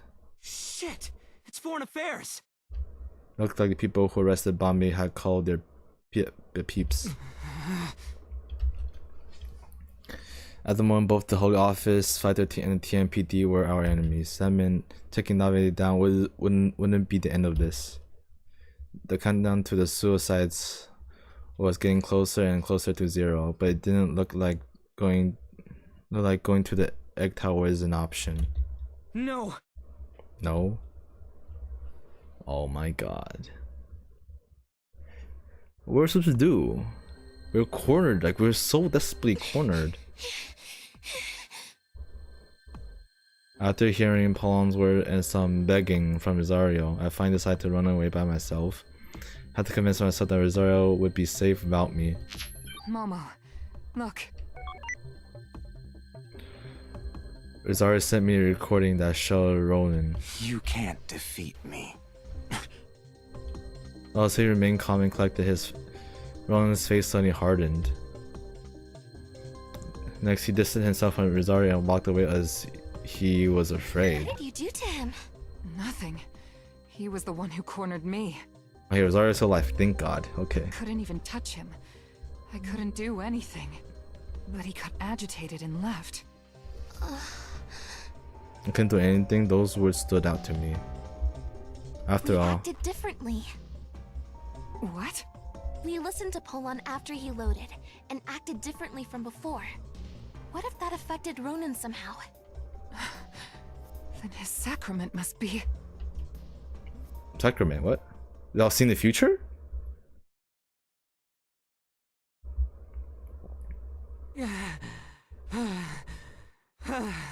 Came to the underground part of Shinjuku station to get away from the police. We're not at this point. We're not even doing the fucking egg, the pool hack, I guess. Pool hack egg. I couldn't see them, but I could hear their footsteps everywhere. Pollon! We figured out Ronan's sacrament! Huh? Didn't you run away? Not yet. Not yet? Okay. It's because we ran away that we managed to figure out his sacrament. Because we listened to you after you loaded. Maybe it's not really a sacrament after all, though. What do you mean? He probably acts based on predictions made by the Vatican's Earth simulator. Yeah. Predictions? You mean the thing Rosario was talking about? Negro pilgrimage. She told us that they use security camps and SATs to analyze and simulate Momo's behavior. Rosario said the predictions were imprecise, but he can still use them to his advantage. When you load and mess up those predictions, though, okay, you can defeat Ronan. Alright. Loaded safe versus Earth simulator. Let's see. Hold on, we figured out what the pool hack's all about. Okay. Someone else is in on it this time. You... what? He's not working alone? Never heard of Cicada working with an accomplice. Unless he was just using someone again, like he used Naim Nukui for the high hack. We found out that they're using Li-Fi. It's short range, so chances are the perps in there among the victims. So chances are the perps in there among the victims. Oh, I get it. Do you know who it is? I tried checking the security footage in and around Nishi Shinjuku, but no luck. Sorry. No. No? Okay. The first victims are probably a group of 10 or so that stopped at a certain traffic light. Hard to pick out our perp in that crowd, though. So, how do we complete this quest? As I look around for a place to hide. I have an idea, but we'd need more than the 10 minutes we have left for it. Not yet. Not yet? Okay. I'll just load then. I knew you'd say that. I really don't want you abusing it like this. We're not abusing it, bro. I've been trying to egg him to use it, but he rejected most of it, so. You'd rather abandon all those people? Just tell me your idea. I heard him let out a sigh. Join the Li-Fi network. We joined the Li-Fi network. Become a part of the pool hack, willingly. You serious? If we join the Li-Fi network, we can use an app called Argos to visualize the connections to the perp. Getting the app should be easy too. If we have someone in the Li-Fi network, someone to check the visualization app, and a few people to restrain the perp, we should be set. The only concern will be the time we'll lose by turning off the BMI. What do you mean? The perp's gonna know right away if someone joins the network, meaning we have to get onto the helipad before we find him through the app. So the people on the perp restraining task are gonna have to sneak onto the helipad first. With their BMI off, to avoid getting forced into the Li-Fi network like everyone. Ah, I see. We'll lose time because it'll be harder to communicate. I'm not too sure what they're going at, but it looks like they're cooking. And if we mess around too much, the perp's just gonna run the suicide command, and then it'll all be over. Right. Whoever was on the helipad would be waiting with their BMI off. That meant they wouldn't know when the perp was found or when to act. Whoever was on the helipad would be waiting with their BMI off. That wouldn't know when the perp was found or when to act. I know everyone was gonna be tense and they'll still be real vigilant, but there was no guarantee we'll all stay in sync. Footsteps were getting closer. No. I hung up and ran as fast as I could, or just told people. We have all the info now. The stars over Shinjuku shone through the gaps in the ceiling above. They reminded me of the scenery around the egg tower. Not yet. Not yet? Okay. Next I dot the roads I drove on as I looked for somewhere to fight Davide. Not yet. Then the crater's surroundings. And finally Shinjuku night skyline. Not yet. That reminds me. I'm fine. You fine? Remember the road I taken to the construction site. I saw this clock. I felt like I could use it as a signal. We put the plane to action when the hour hand was over the minute hand. We could sink a wing without our BMI. That would save some time. But the MTT building was sealed off. It had been at risk of collapse since the Saturday morning. One of us would have to go there and move the clock. I finally see it. I see it. Not yet. Not yet. Juno, the agent's a second pool hack. I thought they were all massive problems we struggled to sort out. The situation had changed. My friends had turned it all around. Multiple incidents reported in Shinjuku. TMPD considers blockade. We had 10 minutes left until the countdown ended. What can we do now? You read my mind. Yep. Pollon, run! Things went pretty well this time around, but a lot of lives are on the line here. I need to beat it all on acing the next load. This time I'm gonna do everything perfectly. Nice.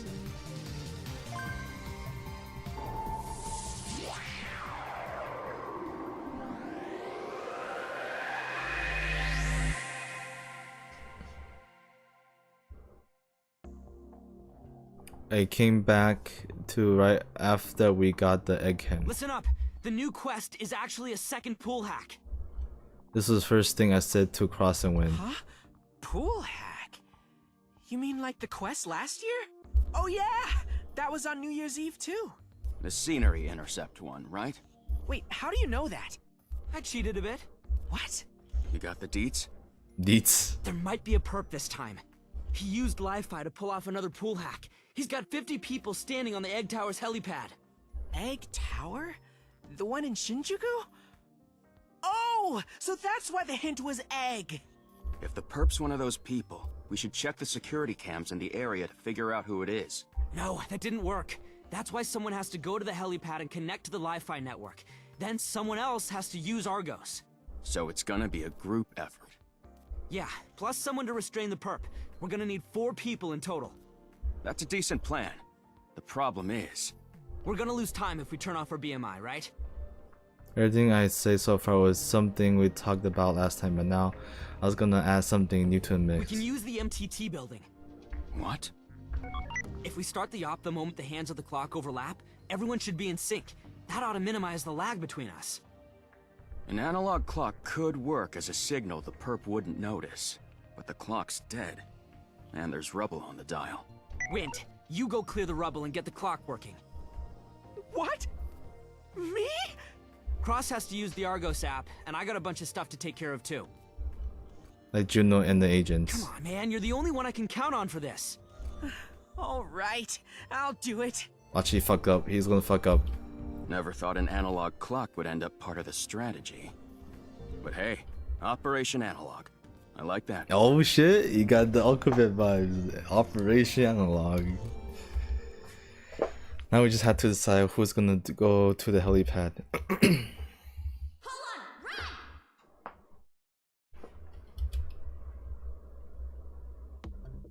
Oh, you're in the CCO. Okay, calling them.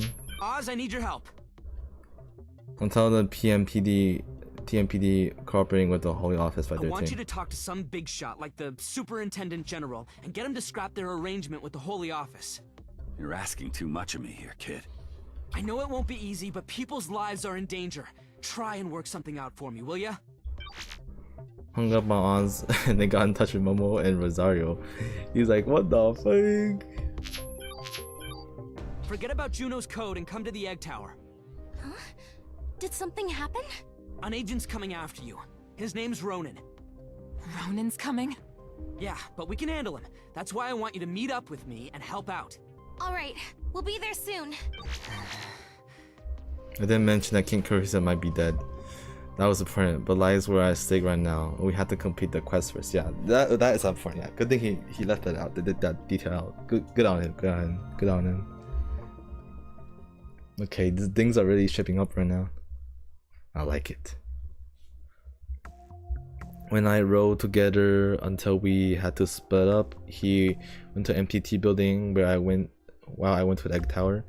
I was here earlier than last time. There was some office around, but no media people were curious onlookers. Momo leapt out of the car Rosario was driving, then ran up to meet Rosario, joined her moments later. How are we going to beat the agents? We're gonna head underground and sneak into the Egg Tower. So we can ambush them? Yeah. But before that, we're gonna take Juno down. What? Juno? What? Nani? She was waiting at the entrance just like last time. Juno.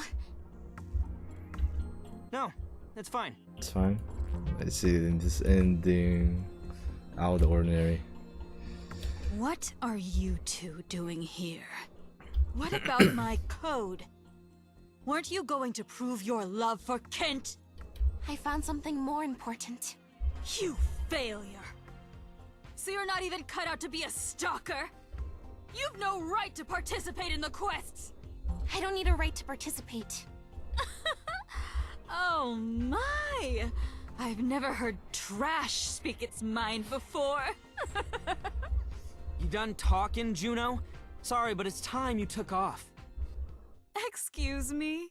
We're taking you down, and we're completing the quest. 41, okay. You can't do that. Where is all this confidence coming from? What the save and load? Quantum teleportation. I know all your tricks. You're dead. No, when she spoke, I activated my very blocky. She disappeared? While Zara looked around, searching for Juno. Not moving an inch, I waited for the right moment. I'm surprised. In the future, I mean, this kind of electromagnetic interference should be more common. EMI, it should be more common. I don't know why it's like, you know, so it's the answer to like half the problem he has. You know what I mean? I felt something touch my shoulder. Signal interference, but the scenery didn't change at all. What? I swung around and reached for her carrier node. She twisted her body and evaded me. Oh fuck. But then Momo darted behind Juno and snatched her carrier I'll node. be taking that. No! Oh, what sick joke are you playing? This is not supposed to happen! You fucking vermin! Oh my gosh, you were screaming, bro. Juno's eyes seemed to change color as she charged at Momo. Not so fast! Oh, let's go, Rosario. Rosario smashed her with a roundhouse kick. Momo's body flew through the air and collided with one of the entrance pillars. She said she slid down it and collapsed on the floor. She was completely still and her face pale. Did bro. you kill her? No. Nah, Just knocked her knocked out. her Yeah, you don't knock her out with a kick like that. Like, you're not gonna kill someone with that. Unless you like dislocate like her neck or something shit.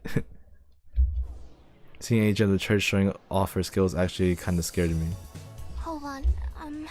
Are you sure that using Nanno's gadget was the right idea? We still have mine, but weren't they meant to stop the agents? The gadgets didn't really work on the agents, which figures. Don't worry though, I already have an idea of how to beat them. Hey, you got 2 agents heading your way, and you won't believe this, but one of them's... Davide, right? The guy who's supposed to be dead? I have a plan. You just keep working with the TMPD, okay? Alright, save. We need save. Sit right here and tuck my keyboard out of the pocket. Give me a second, let me check the save file. What the fuck? Okay. Okay, so what's with the other one? Oh, I guess that doesn't exist anymore. Okay, what the fuck? That's awkward. That's really awkward. Anyways. Seconds later, I was using it to hack the building systems. Rosario, we gotta discuss the plan.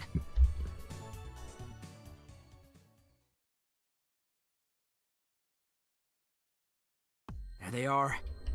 A few minutes later had passed since Oz's warning. The agents came in through the front entrance. The information we got was right.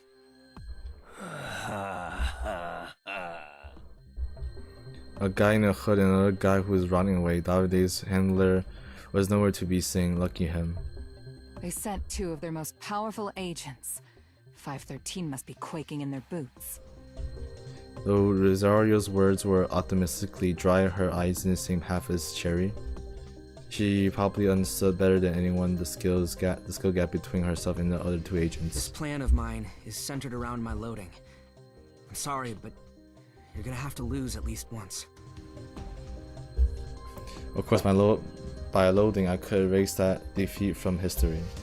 But that didn't change the fact that Rosario was going to get her. I swore an oath that I'd give my life to save the world. If it helps us win, I'll do whatever you need me to. She sold herself to them. I stayed hidden behind the nearby pillar. Mo was hiding behind another pillar beside Juno's unconscious body. You too shall know the pain of death. Larry took off both of his gloves.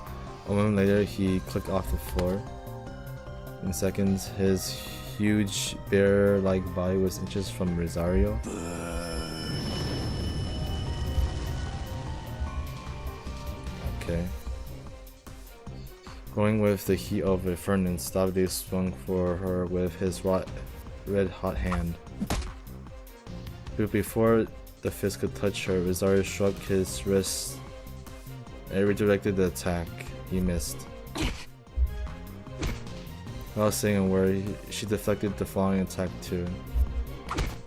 Zero then did she acquire info on the agent she teamed up with, and that included Davide's fighting style apparently. Watching her, I felt damn grateful she was on our side. Using my keyboard, I slipped into the system, building systems again.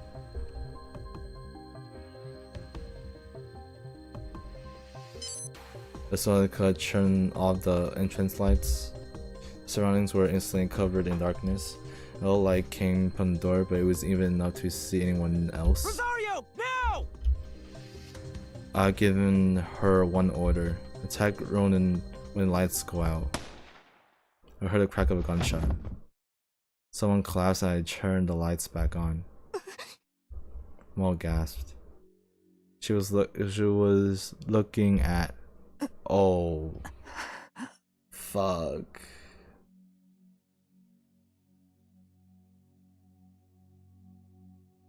It was Rosario who laid the ground. There was a hole in her head. Oh, fuck. Why you guys show this, man? Not the one before, but now. Like, what the fuck? The light had faded from her eyes, but they were still fixed on her target, the agent Ronan. Not even as he lowered his gun did Ronan's expression change. Why can't you use when the lights are off? Momo can use the EMI. He was the one that shot Rosario in the darkness. Rosario? Momo knew the plan, but her heart ached seeing Rosario like this. I felt the same. Are you doing this at random? Now it's our turn. Yo, calm down. Okay, chill, man. Open the load screen and made ready to flee this reality. Okay.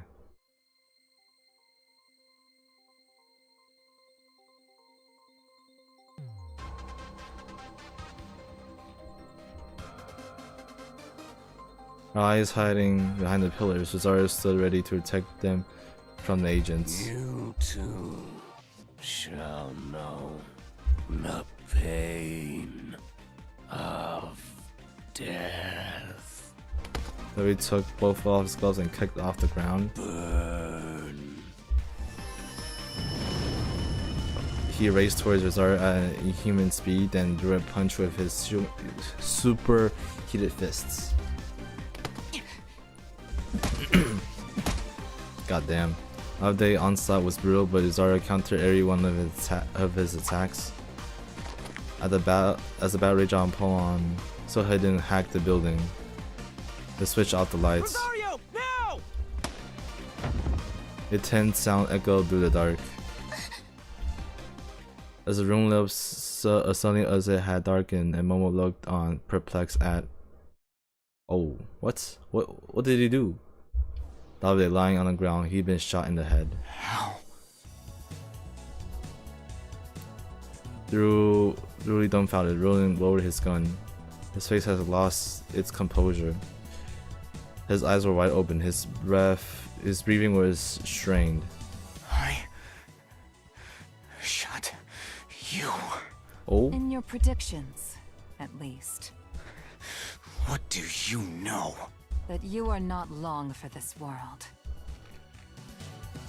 Ronan took out his input device. It was a cryptex reminiscent of a pipe puzzle. He started rotating its dials. Let me see this. A cylinder the size of both hands, covered in disc akin to those found on combination locks.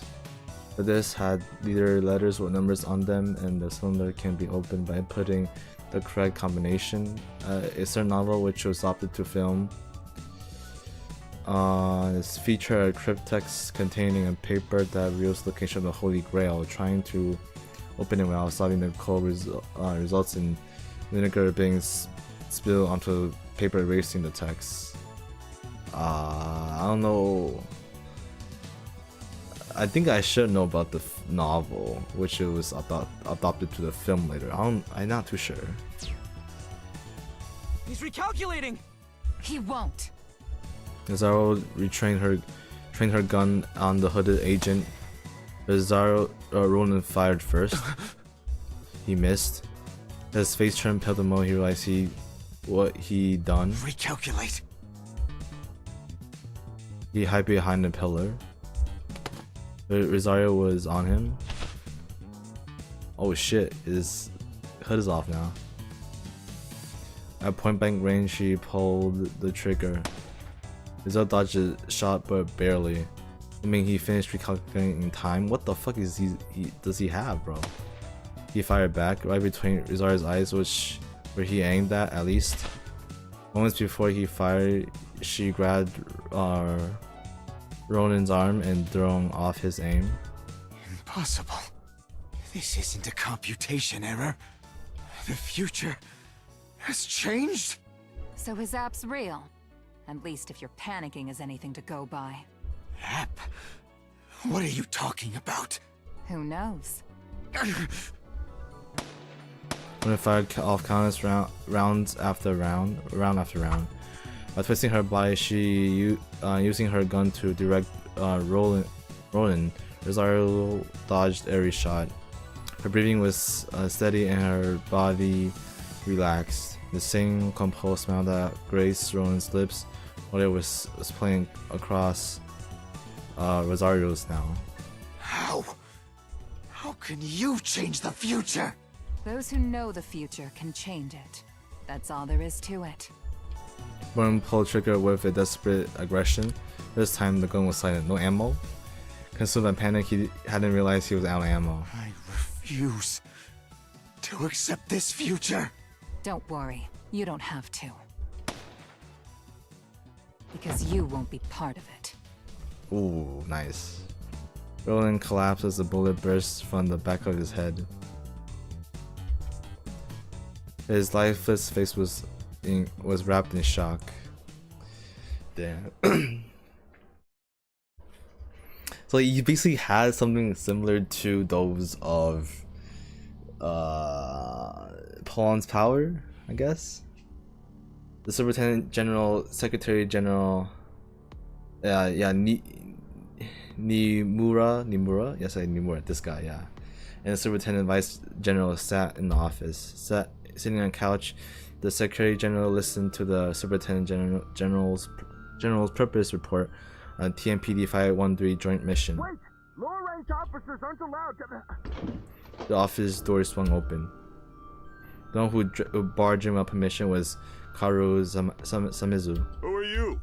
We're discussing an important matter with Secretary General Nimura.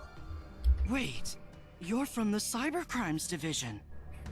Chief Samezu, I apologize for the intrusion, but I want you to put your conversation on hold and look over these documents. We don't have time for that. Get him out of here! Right away, sir. Before the Superintendent General could approach him, Haru sent data to the tablet student through his BMI. These are... communication logs? They're between Secretary General Nimura and the Holy Office 513. As you can see, he used the Holy Office for his own gain. What? Oz had acquired most of the documents during his investigation into the Gaia Institute. They weren't enough to stop Project Gaia, but they had immense value here. Doesn't look like these were obtained legally. I'll take responsibility for that. But first, Mr. Nimura has to be punished. He ordered the assassination of the previous Secretary General. Nimura, you cooperated with the Holy Office to repay them for a personal favor. You've also blackmailed the Superintendent General, yes? Baseless nonsense. If the police won't punish you, perhaps society will. What if I leaked this information to the public? You wouldn't. Before you try anything, know that you can't make this go away by silencing me. If anything happens to me, these documents go public. Do you think that anyone will believe this nonsensical forgery? This is absurd. It's not absurd at all. What? This information is worth looking into, even if there's a chance it was acquired through illegitimate channels. Have you lost your mind? Don't you care about your family? I was mistaken. I should never have allowed you to blackmail me. Okay. I think more efforts could have been done here, but I guess this is fine. Vice General, order all departments to cease cooperation with the Holy Office 513. Right away. Secretary General Nimura, you... If anyone could apprehend him, Nimura pulled a knife. He gripped the handle with shaking hands. In God's name. Instead his own neck, he collapsed. This is just like what happened during the high-hack. The Vice General and another officer ran over to him in intent to stop the bleeding. He's losing too much blood! I'll call an ambulance! Amidst the chaos, Karo called his subordinates the BMI. Our agreement with the Holy Office is dissolved. Return to the quest immediately. Nice. Let's go. Let's go.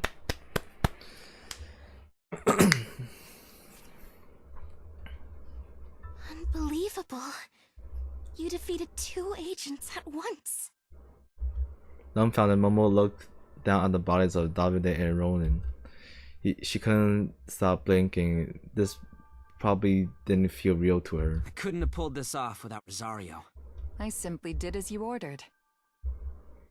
Yeah, I think Pollon had multiple. Yeah, he loaded over and over. There's no way he did it a lot, like perfected at once, right?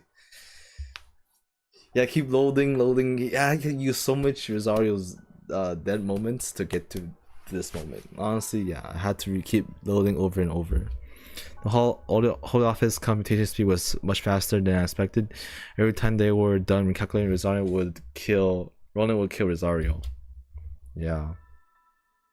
This factory was thanks to countless loads that ended in failure. Back.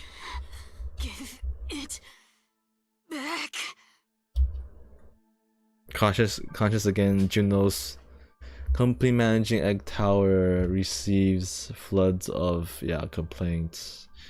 Helipad intrusion enabled by their negligence.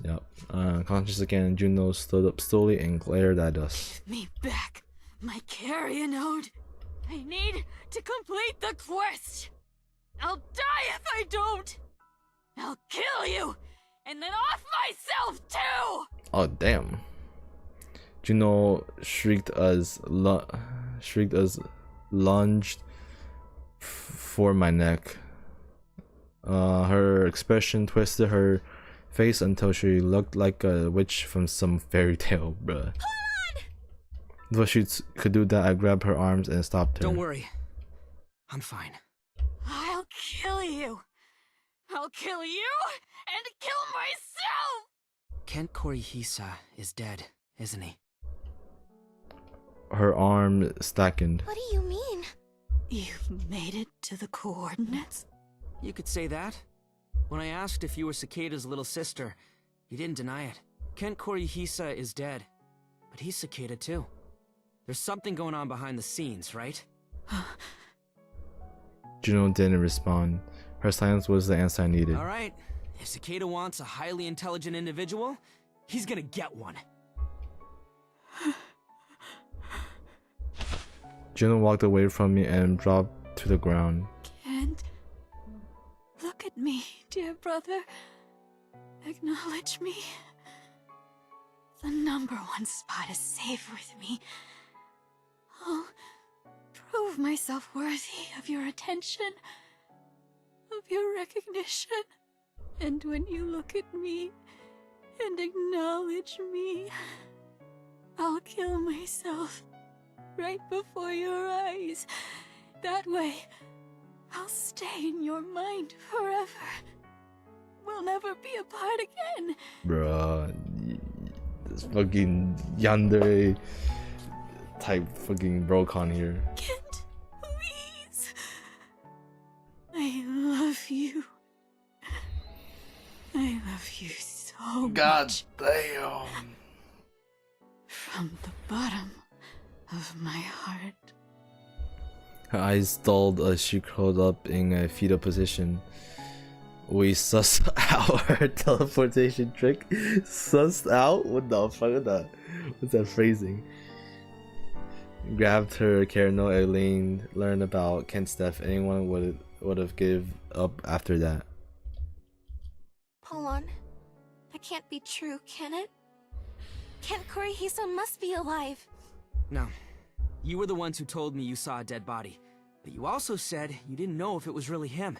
But after seeing Juno's reaction, I know that chasing Cicada down is the right thing to do.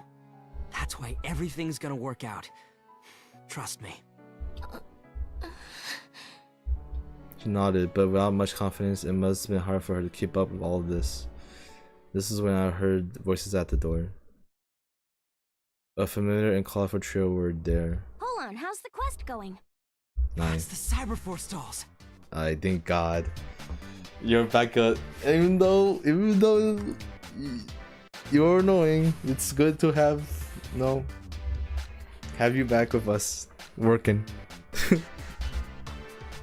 I ran up to them and looked into her eyes. Hey, you're kinda close there. I know legal boundaries mean nothing to you, but have some respect for physical ones, okay? I just wanted to check if you were okay. You had to work with the Holy Office, didn't you? You alright? We were cooperating with them. So... But now we're totally clean. Jeez, I was embarrassed to be a police officer working with those sickos. Oh, I'm real glad to hear that. Also, Mrs. Mezu must have worked hard to get that agreement voided. I'm surprised you care so much. Of course I care. You saved my life. Excuse me? What are you talking about? I should have thanked her before I loaded. I was too late for that now though. I'll never forget what you did for me. Seriously. Okay. I'm not sure what you're talking about, but it's an officer's job to keep people smiling. If you ever need help, I'll be there for you.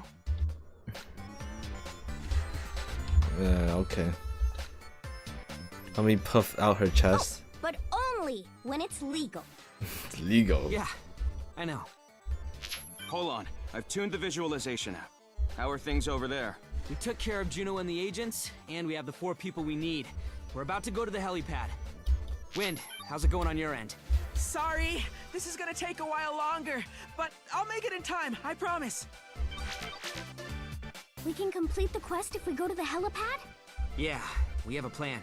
The elevator isn't working, so we'll have to go up to the 50th floor on foot. The countdown ends in 24 minutes. Will we make it? Of course, you can make it up the stair in like what, 10 seconds? We should just... Wait, will we? Our plan was gonna start at midnight on the dot. When the hour and minute hands touch, that means we only had 19 minutes to get into our position. And since we had to stick into helipad 2, we probably didn't have that long. Oh, hey! Why don't you use bikes? Bikes? Yeah, bikes. Thanks. Give me bike. Oh, let's go.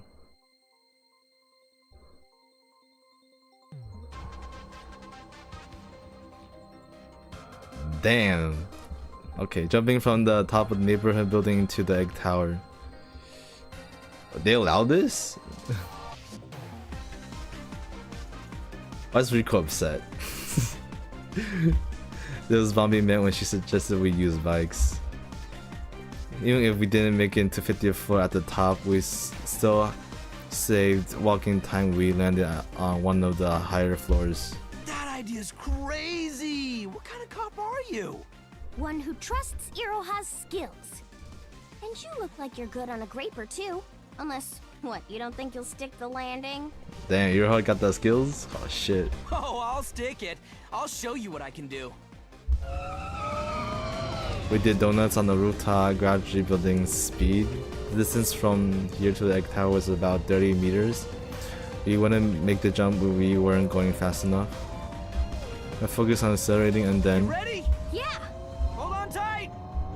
Once I broke 100 kilometers per hour, I quit making circles and went for the jump. I speed toward the makeshift ramp we made from metal sheets, accelerating harder as I got closer.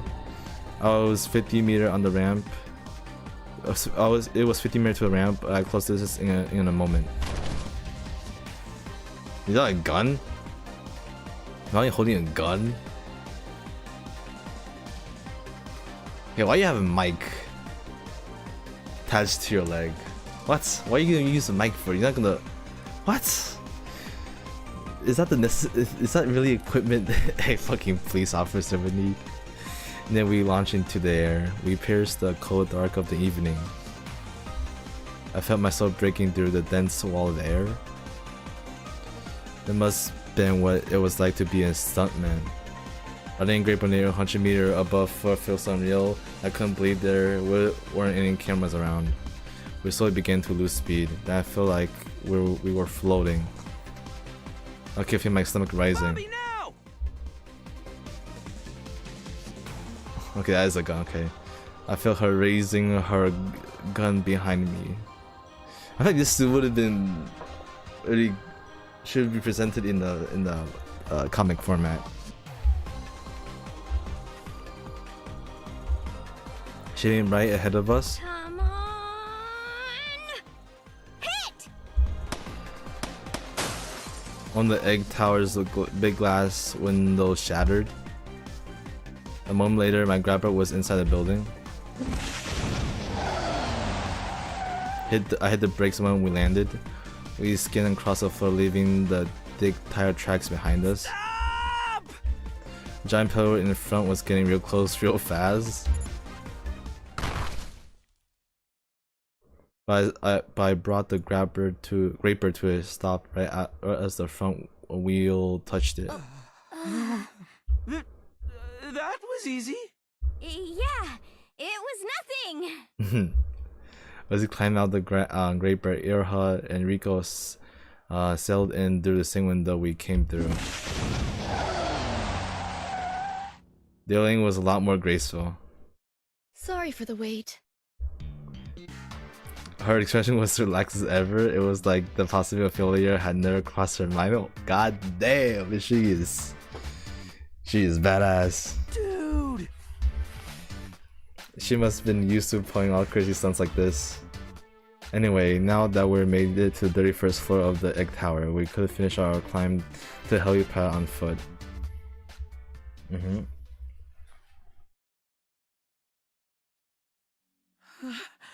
Okay, Wind, you got this. Wind, you got this. Even though you're physically not fit, you got this. You can do it, Windy. Yeah. Wind had made it to 25th floor and turned on the analog clock. His next task was removing the rubble, which meant climbing an outside ladder. On his belt was a small electronic camera he bought at an electronics store right before closing time. He needed a tool for the job. Bro, it wouldn't scare of the wind. Strong winds blowing from the Shinjuku crater battered him. Come on! Why'd the wind have to pick up now? I'm no good with this kind of thing! Come on, don't betray us, Wind. Don't betray us, Wind. He clung to the ladder and waited for the air to calm. Alright. He continued his climb when it seemed safe. The moment he did, the rung he stepped on shattered and his body swung sideways. Oh fuck. He kept himself from falling. Oh no. But the electronic hammer on his belt attached and fell to the bottom of the ladder. There were 7 minutes left until the plan began. When clambered back down to retrieve his hammer. Really? Oh, what the fuck? Are we gonna make it? Using the debris laden emergency stairwell. Multiple incidents reported in Shinjuku. PMPD considers blockade. Yep. Using the debris lad and emergency stairwell, we somehow made it to the top. The door to the helipad hung wide open and a cold wind was blowing in from outside. We couldn't see any of the victims from here though. We had 4 minutes left before it was time to put our plan into action. I told them all about the Operation Analog on the way, but since we had the time, I figured I'll run it by them again. Alright, let's go through this one last time. Okay.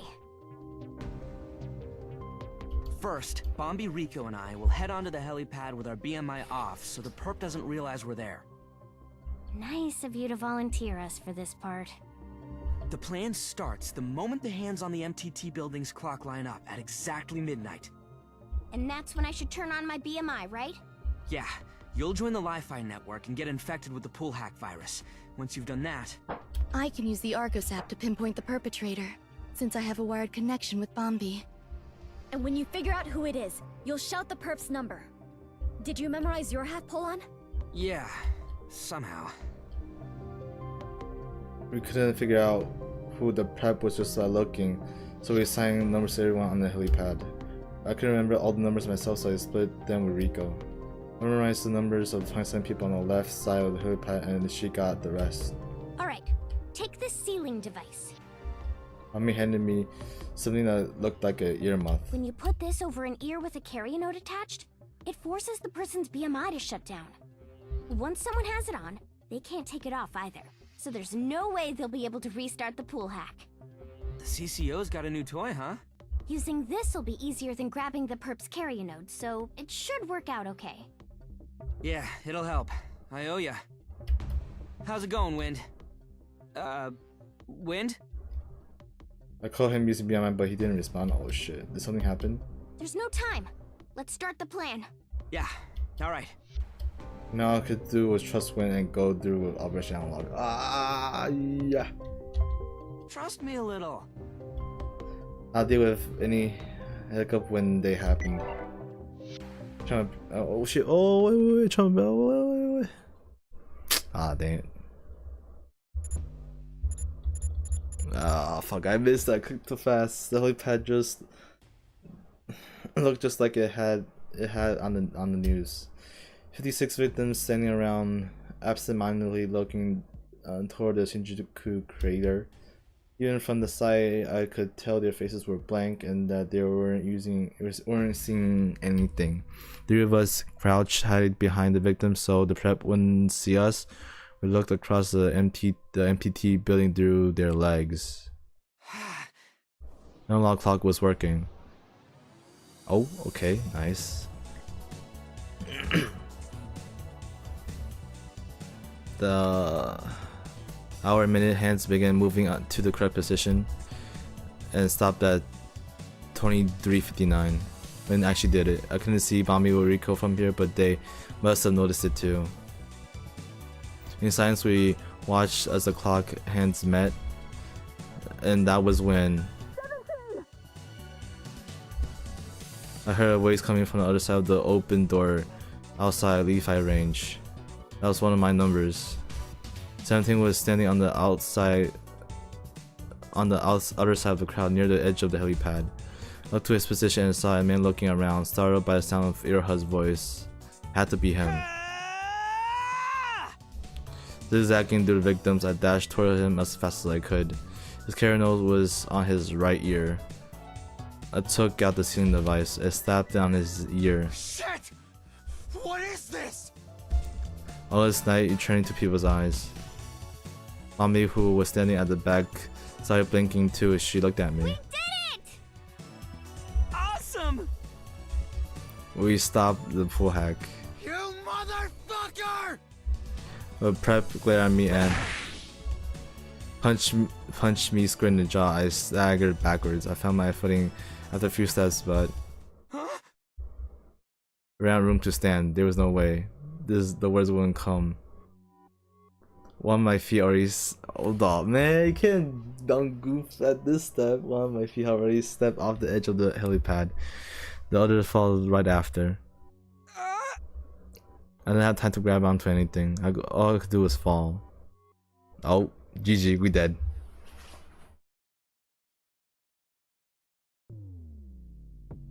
Huh? While we waited at the entrance, something impossible happened before us. Wait. You? What? What? Isa? Wait, what? What? Nani? I felt the wind pushing against my back. It was making my clothes flutter. As the helipad got further away, I looked for any way to survive this. I reached out, hoping to grab onto a piece of rope that might be dangling down like a lifeline. I flung my legs, hoping they might catch onto a news drone buzzing around. My beam was circling back on, but it didn't look like it'd be workable before I hit the ground. Of all the times to not be able to load, bruh. I had no redos, no outs, no takebacks. I was going to die. My thoughts left my stomach, my mouth a screams. I didn't want to die yet. I couldn't die yet. There were still things I needed to do. Huh? There was Juno. I couldn't believe it. She appeared right in front of me, something like she used her quantum teleportation.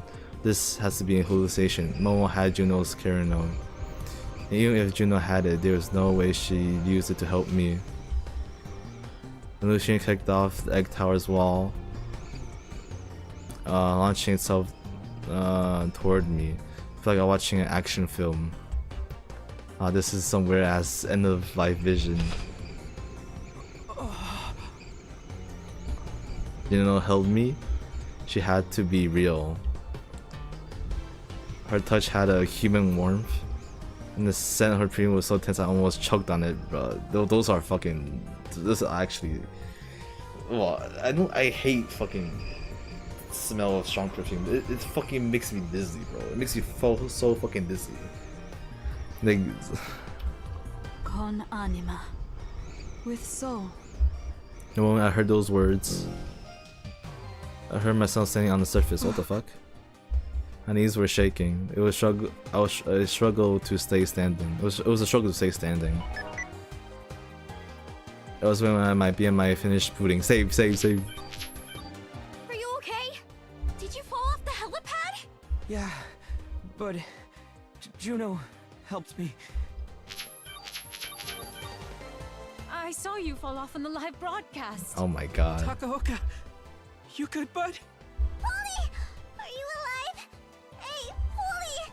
Polly! Hey, chill. We're not dead. Well, we can still contact you, so I guess you're all right. Yeah. Kinda. Ben's fucking heart rate is like fucking 200 right now.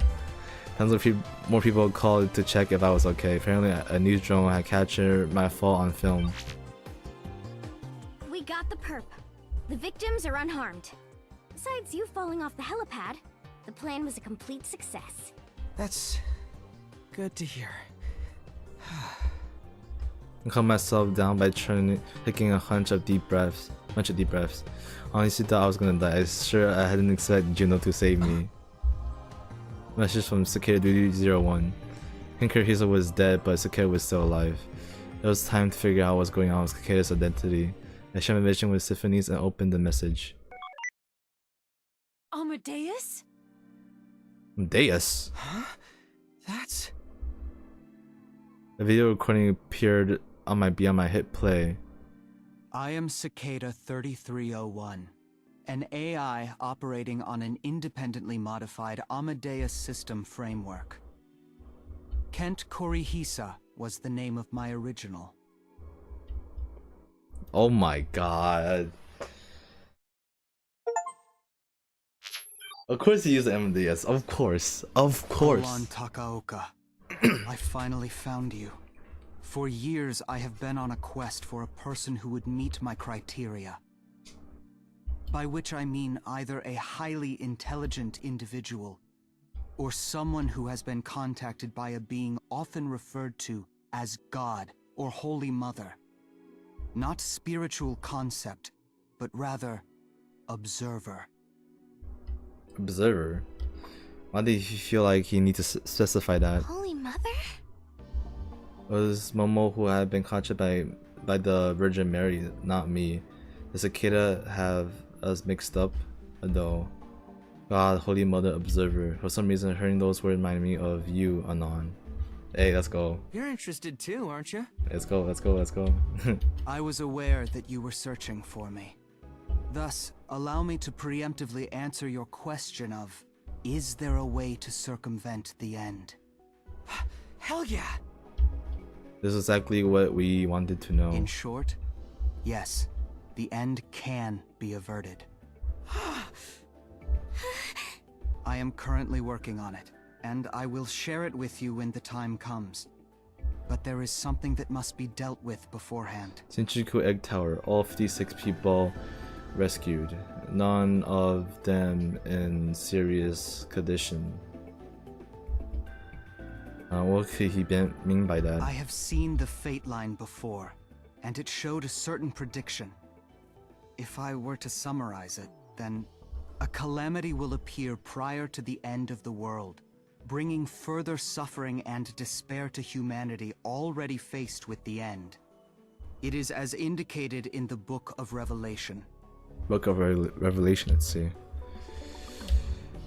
The final biblical book of the New Testament, also known as the Apocalypse of John, it is the full prophetic,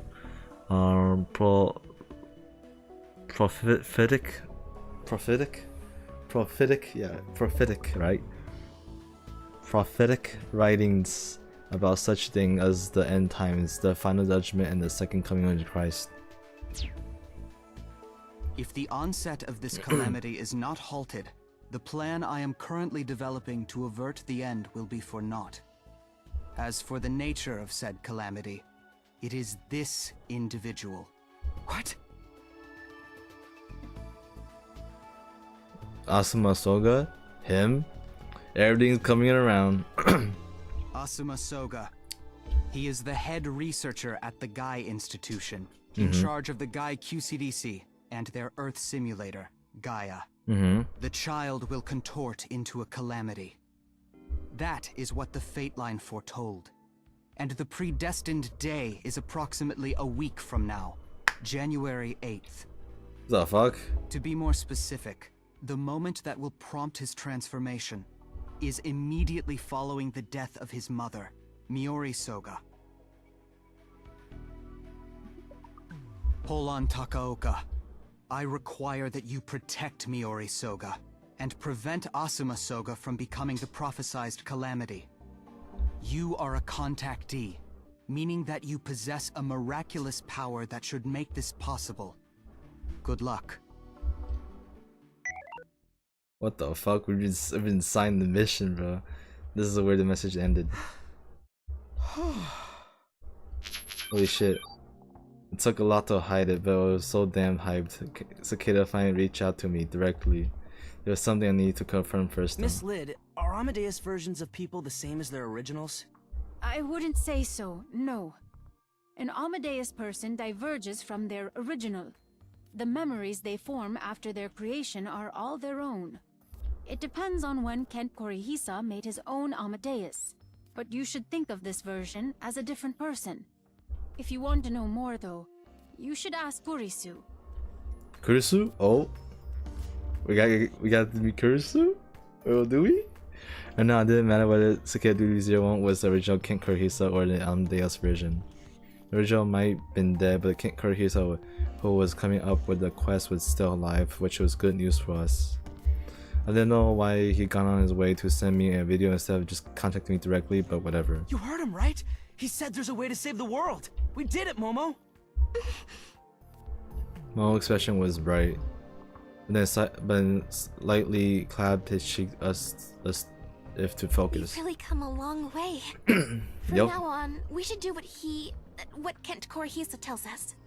Things should work out all right. I'm sure we'll accomplish our mission in time. It kind of sounded like she was trying to convince herself, so I said, Hell yeah, we will. Hearing the resolve in Momo's words, I nodded. Save this shit, save this shit.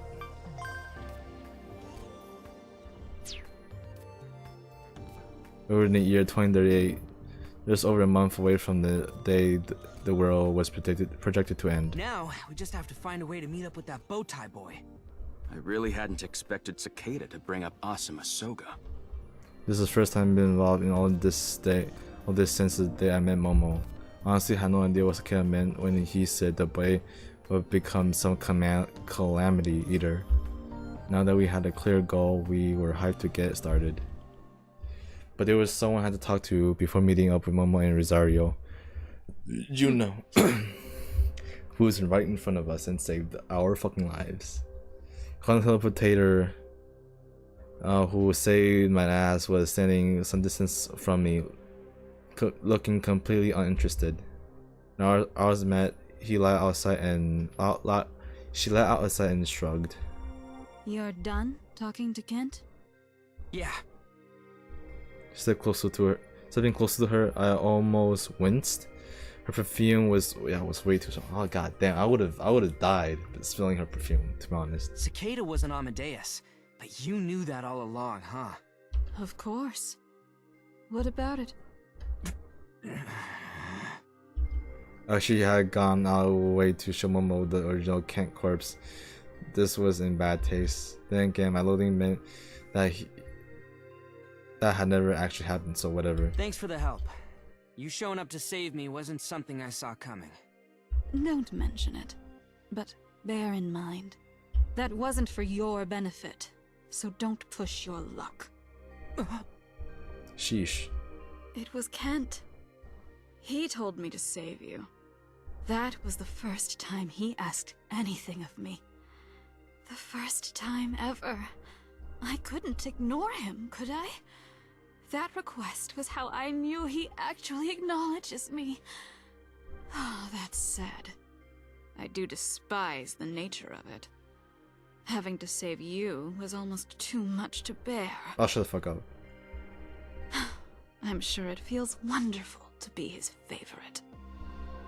Her last sentence was dripping with contempt. What's going on with your family anyway? How come you can use quantum teleportation? That's not normal. What's it?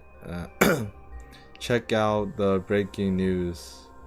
Breaking news. Poll hack solved by Pollon Takaoka, aka Pollon. You again. We finally have a new #1 ranker. Is it a sacrament? Like what those Holy Office 513 asswipes use? Don't lump me with the likes of the fanatics chasing after Kent. This is a power I obtained through Kent's research. He was also conducting research on quantum physics. He abandoned his work, but I happened to find it. I picked up where he left off. Okay. Well, it was much simpler than you'd think. It's just a matter of grasping the reality of how this world works. I can't even imagine how you actually frickin' teleport, so yeah, I gotta admit, you're pretty impressive. Forget about me. If you're going to praise anyone, praise Kent. Or are you stupid? I won't hesitate to kill you. What? She was unhinged. Suddenly her expression changed and she smiled at me. Oh, I have a nice idea. My name, my full name, is Juno Sayonji. Kent and I were born to different mothers. Oh no, okay, that explains. Okay. Okay. Now that you know my name, we're allies. Okay.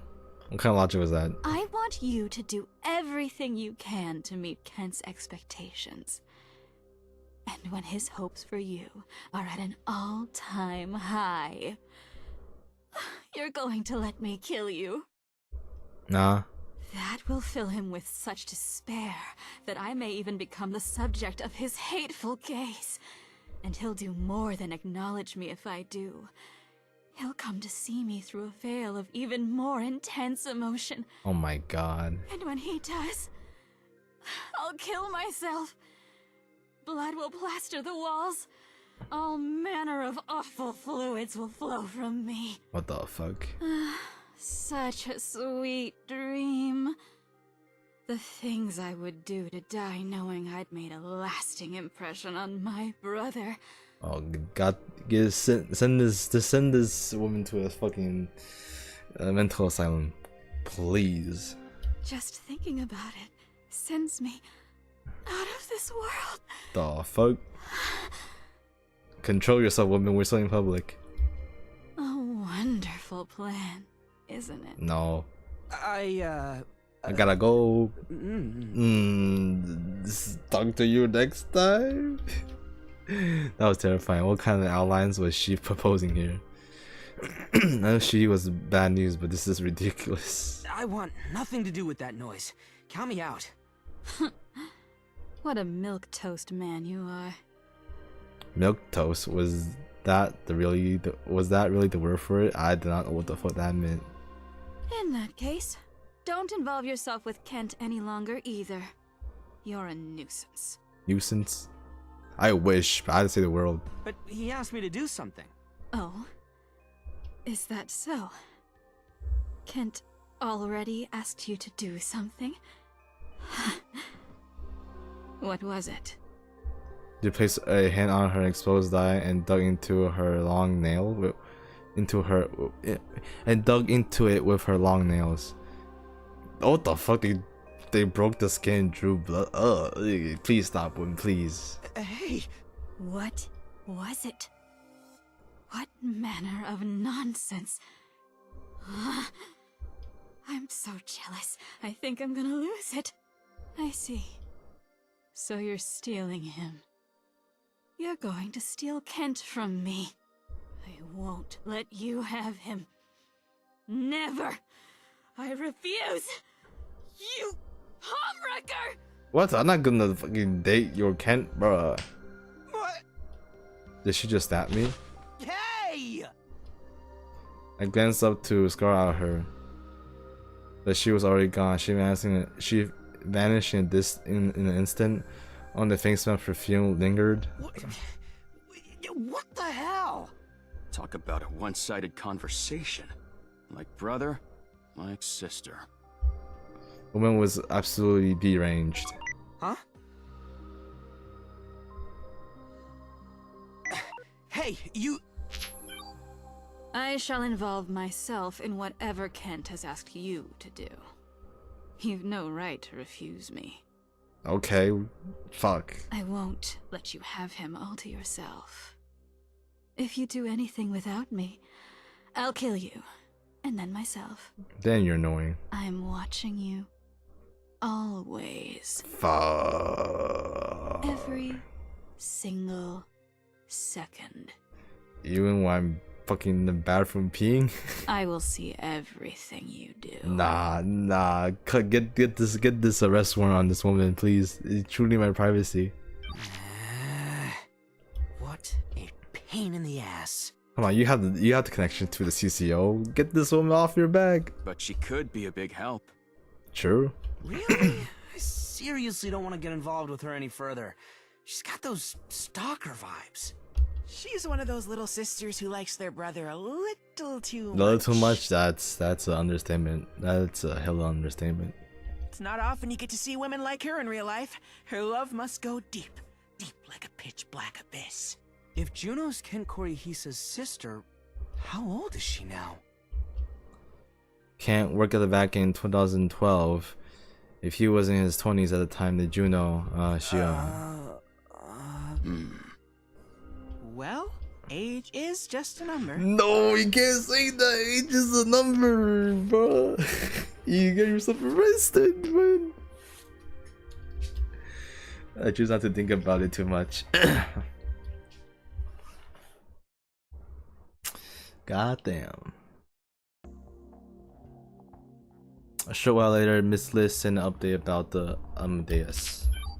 Kurisu remembered Kent Korihisa the moment I showed her the video you received.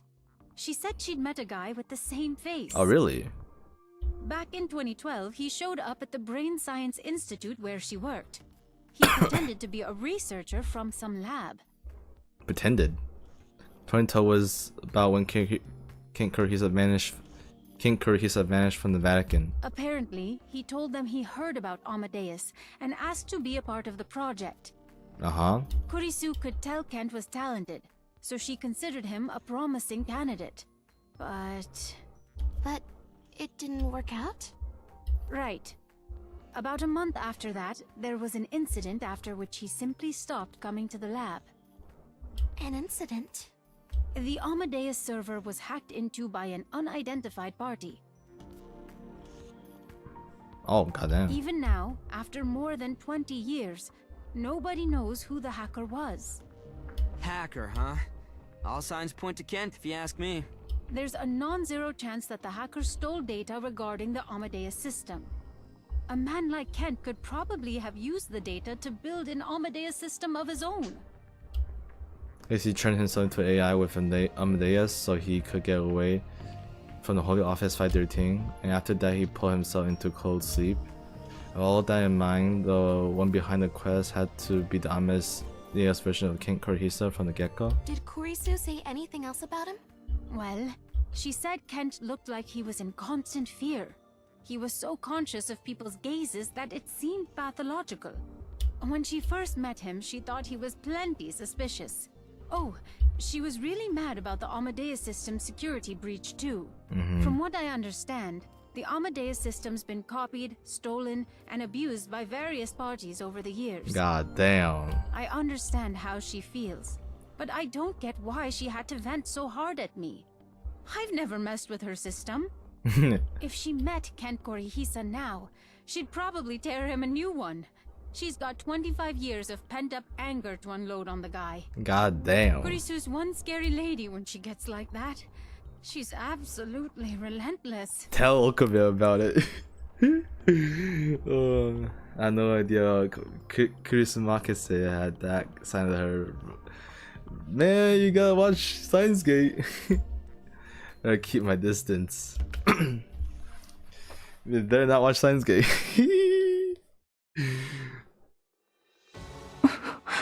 What? Okay. What's your POV on this situation? Both Ronin and Davide have fallen? After hearing about what happened to the two deliberators, Felino Arcana fell to her knees where she stood. She moved as if overcome with grief. Lord, I pray you forgive my transgressions. The error in judgment is mine alone. She held her hands in prayer as if to repent and whispered as she gazed through the emptiness. Kent and Lucia, they were once our Lord's servants. They were ones we believed to be of his blessing. In spite of that, the two now plot to rebel against fate. I believed that to protect the fate line, we were to judge the two of them in the name of our Lord. But I see now that they were mere distractions, and never the true deceivers. It was Pollon Takaoka, that loathsome snake that has thwarted our mission at every turn. If he is among the contactees, then he will no doubt constitute the greatest threat to the proponents of the end. Thus, there is but one thing to be done. You know, Felina reached to her side, taking in hand some paper documents, a rarity in this day and age. Huh, that's kinda sad. The first page was a photo of a certain person. To reel in the ordained fate. Ah, nah. We will make certain the Lord's wrath be poured from his vial onto this land.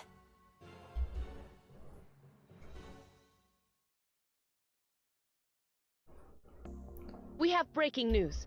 In 2029, an international agreement banned the development of quantum computer-based Earth simulator systems.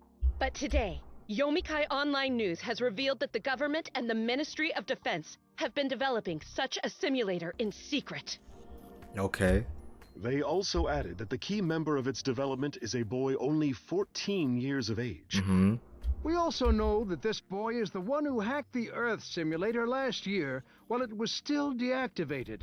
Multiple politicians have since questioned the ethics of the simulator, and even voiced concerns for the security of state secrets. We are currently investigating the situation to confirm the veracity of the claims, so I would prefer not to comment on it. They may answer to me, but the Ministry of Defense employs 300 people, and it is impossible for me to know what each of them is doing. Man was in the fucking facility, operating the fucking Earth simulator Gaia. Man's fucking capping. Again, we are trying to confirm this. Well, all politicians are liars. A crowd has gathered in front of the Prime Minister's residence to protest the top-secret development of the Earth simulator. Earth simulators are more terrifying than nuclear weapons. If the government's making one in secret, I can't help thinking they want to wage war on the entire world. The government broke the international agreement and developed a simulator behind closed doors. That's not right! Wake up and smell the coffee! Every major country's doing the same thing! It wouldn't be virtuous of Japan to play along with the agreement. It'd be foolish. Those are some serious accusations. Do you have any proof that the other countries are making simulators too? Neither the US nor China is commenting on any of this. Their silence is proof enough. You're forgetting the main problem. They were having a 14-year-old boy develop an Earth simulator capable of invading the privacy of everyone on the planet. And on top of that, he was virtually incarcerated at the facility where... Blah blah blah. Useless news. Oz was in his office watching the news projected onto the wall. Tonight, every news program and social media site was filled with the talk of the Gaia Institute. The Earth simulator Gaia and Asuma Soga himself, a certain news organization, had blown the lid off all of them. They refrained from revealing Asuma's name, but he was quickly doxxed and his full name spread all over the internet. Oz was irritated, but not because he was worried about the government or the Gaia Institute. His concern was a far more pressing one. Oz, Kaoru's here. Wow, you're actually watching news on the screen again. Just use BMI. Shut up. Kaoru entered the office. There was some obvious fatigue on his face. I must apologize. I'm late. Go to bed, Nano. Huh? But I don't wanna. No, San Marino. Then just go to your room. You meanie. I was watching her leave, then walked over to Kaoru. You seen the news? Don't answer that, I can tell by looking at you. Yes, I'm aware of what's happening. Then tell me, what the hell's happening? All this mania has come from info that we gathered. It's not just a big deal on social media sites. Mainstream media is using the scoop as a way to bash the government. Was Kaburagi the one who leaked it all? This ain't the right way to go about. Kaburagi was murdered. What? He was missing for a few days, but I just received a report that his body was found at the Yokohama dock early this morning. Oh my god. What? It'll probably be reported tomorrow morning. Kaburagi was a passionate and just man. Oz had met him through Kaoru, and they spoken enough for Oz to know what Kaburagi was like. It's hard to believe that was how he met his end. The murderer hasn't been caught yet, but it's safe to assume that they were behind the leak. What do you think they're planning here? I don't know. Definitely the Vatican. He's definitely involved with the Vatican. But the public hasn't been reacting well to the news. At all. Honestly, I'm surprised the reaction's been so intense. At any rate, the government's desperately trying to de-escalate the situation. The SFG is currently guarding the Gaia Institute, but it's likely that they will receive new orders soon. Wait. You're gonna cut off the brat? Kaoru nodded. I can't believe the information we found is being used like this. And with Kaburagi gone, there's nobody who can stop this now. The two fell silent. Images of the news continued playing across the wall. They showed the mass media and the public attacking the government hysterically. Goddamn. What were we gonna use those information to do either way? Oh, damn, it's cold. Oh, we're saving here?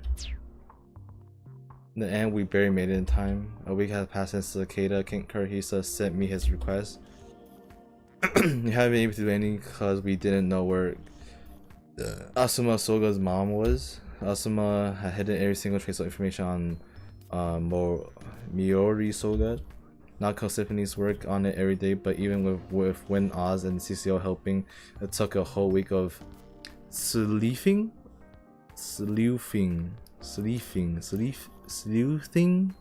to get anywhere. Answer was right under our nose. We confirmed that she was hiding somewhere inside the Gaia Institution, and that was only an hour ago. I was late, but I jumped on my grabber and came all the way. From here I could see Umi no Mori, home of the Gaia Institution. We had to get inside to make sure Asuma's mom was still alive. Our best bet was to find Asuma and ask him to help us find his mom, but we couldn't be sure he'd actually cooperate.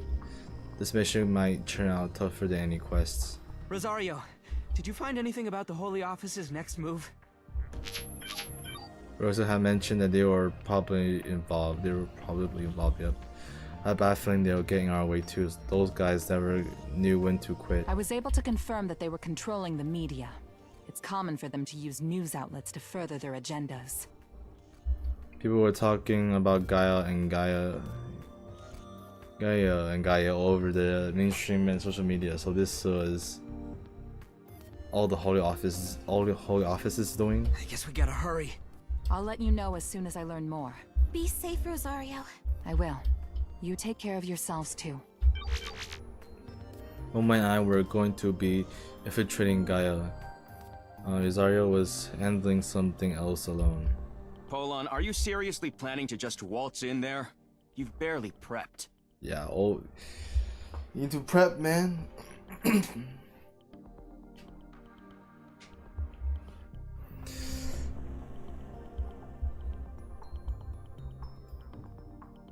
I think without any prepping, let's end it here for tonight. Even though it's earlier than usual. I mean, I started earlier, so I'm gonna end it earlier than I've been streaming for like almost 3 hours now. So we made some decent progress. We beat it. We solved the quest. We met Cicada, which is Ken Kurihisa in Amadeus form, and that was surprising because yeah, I didn't expect that to show up again, that system to show up again.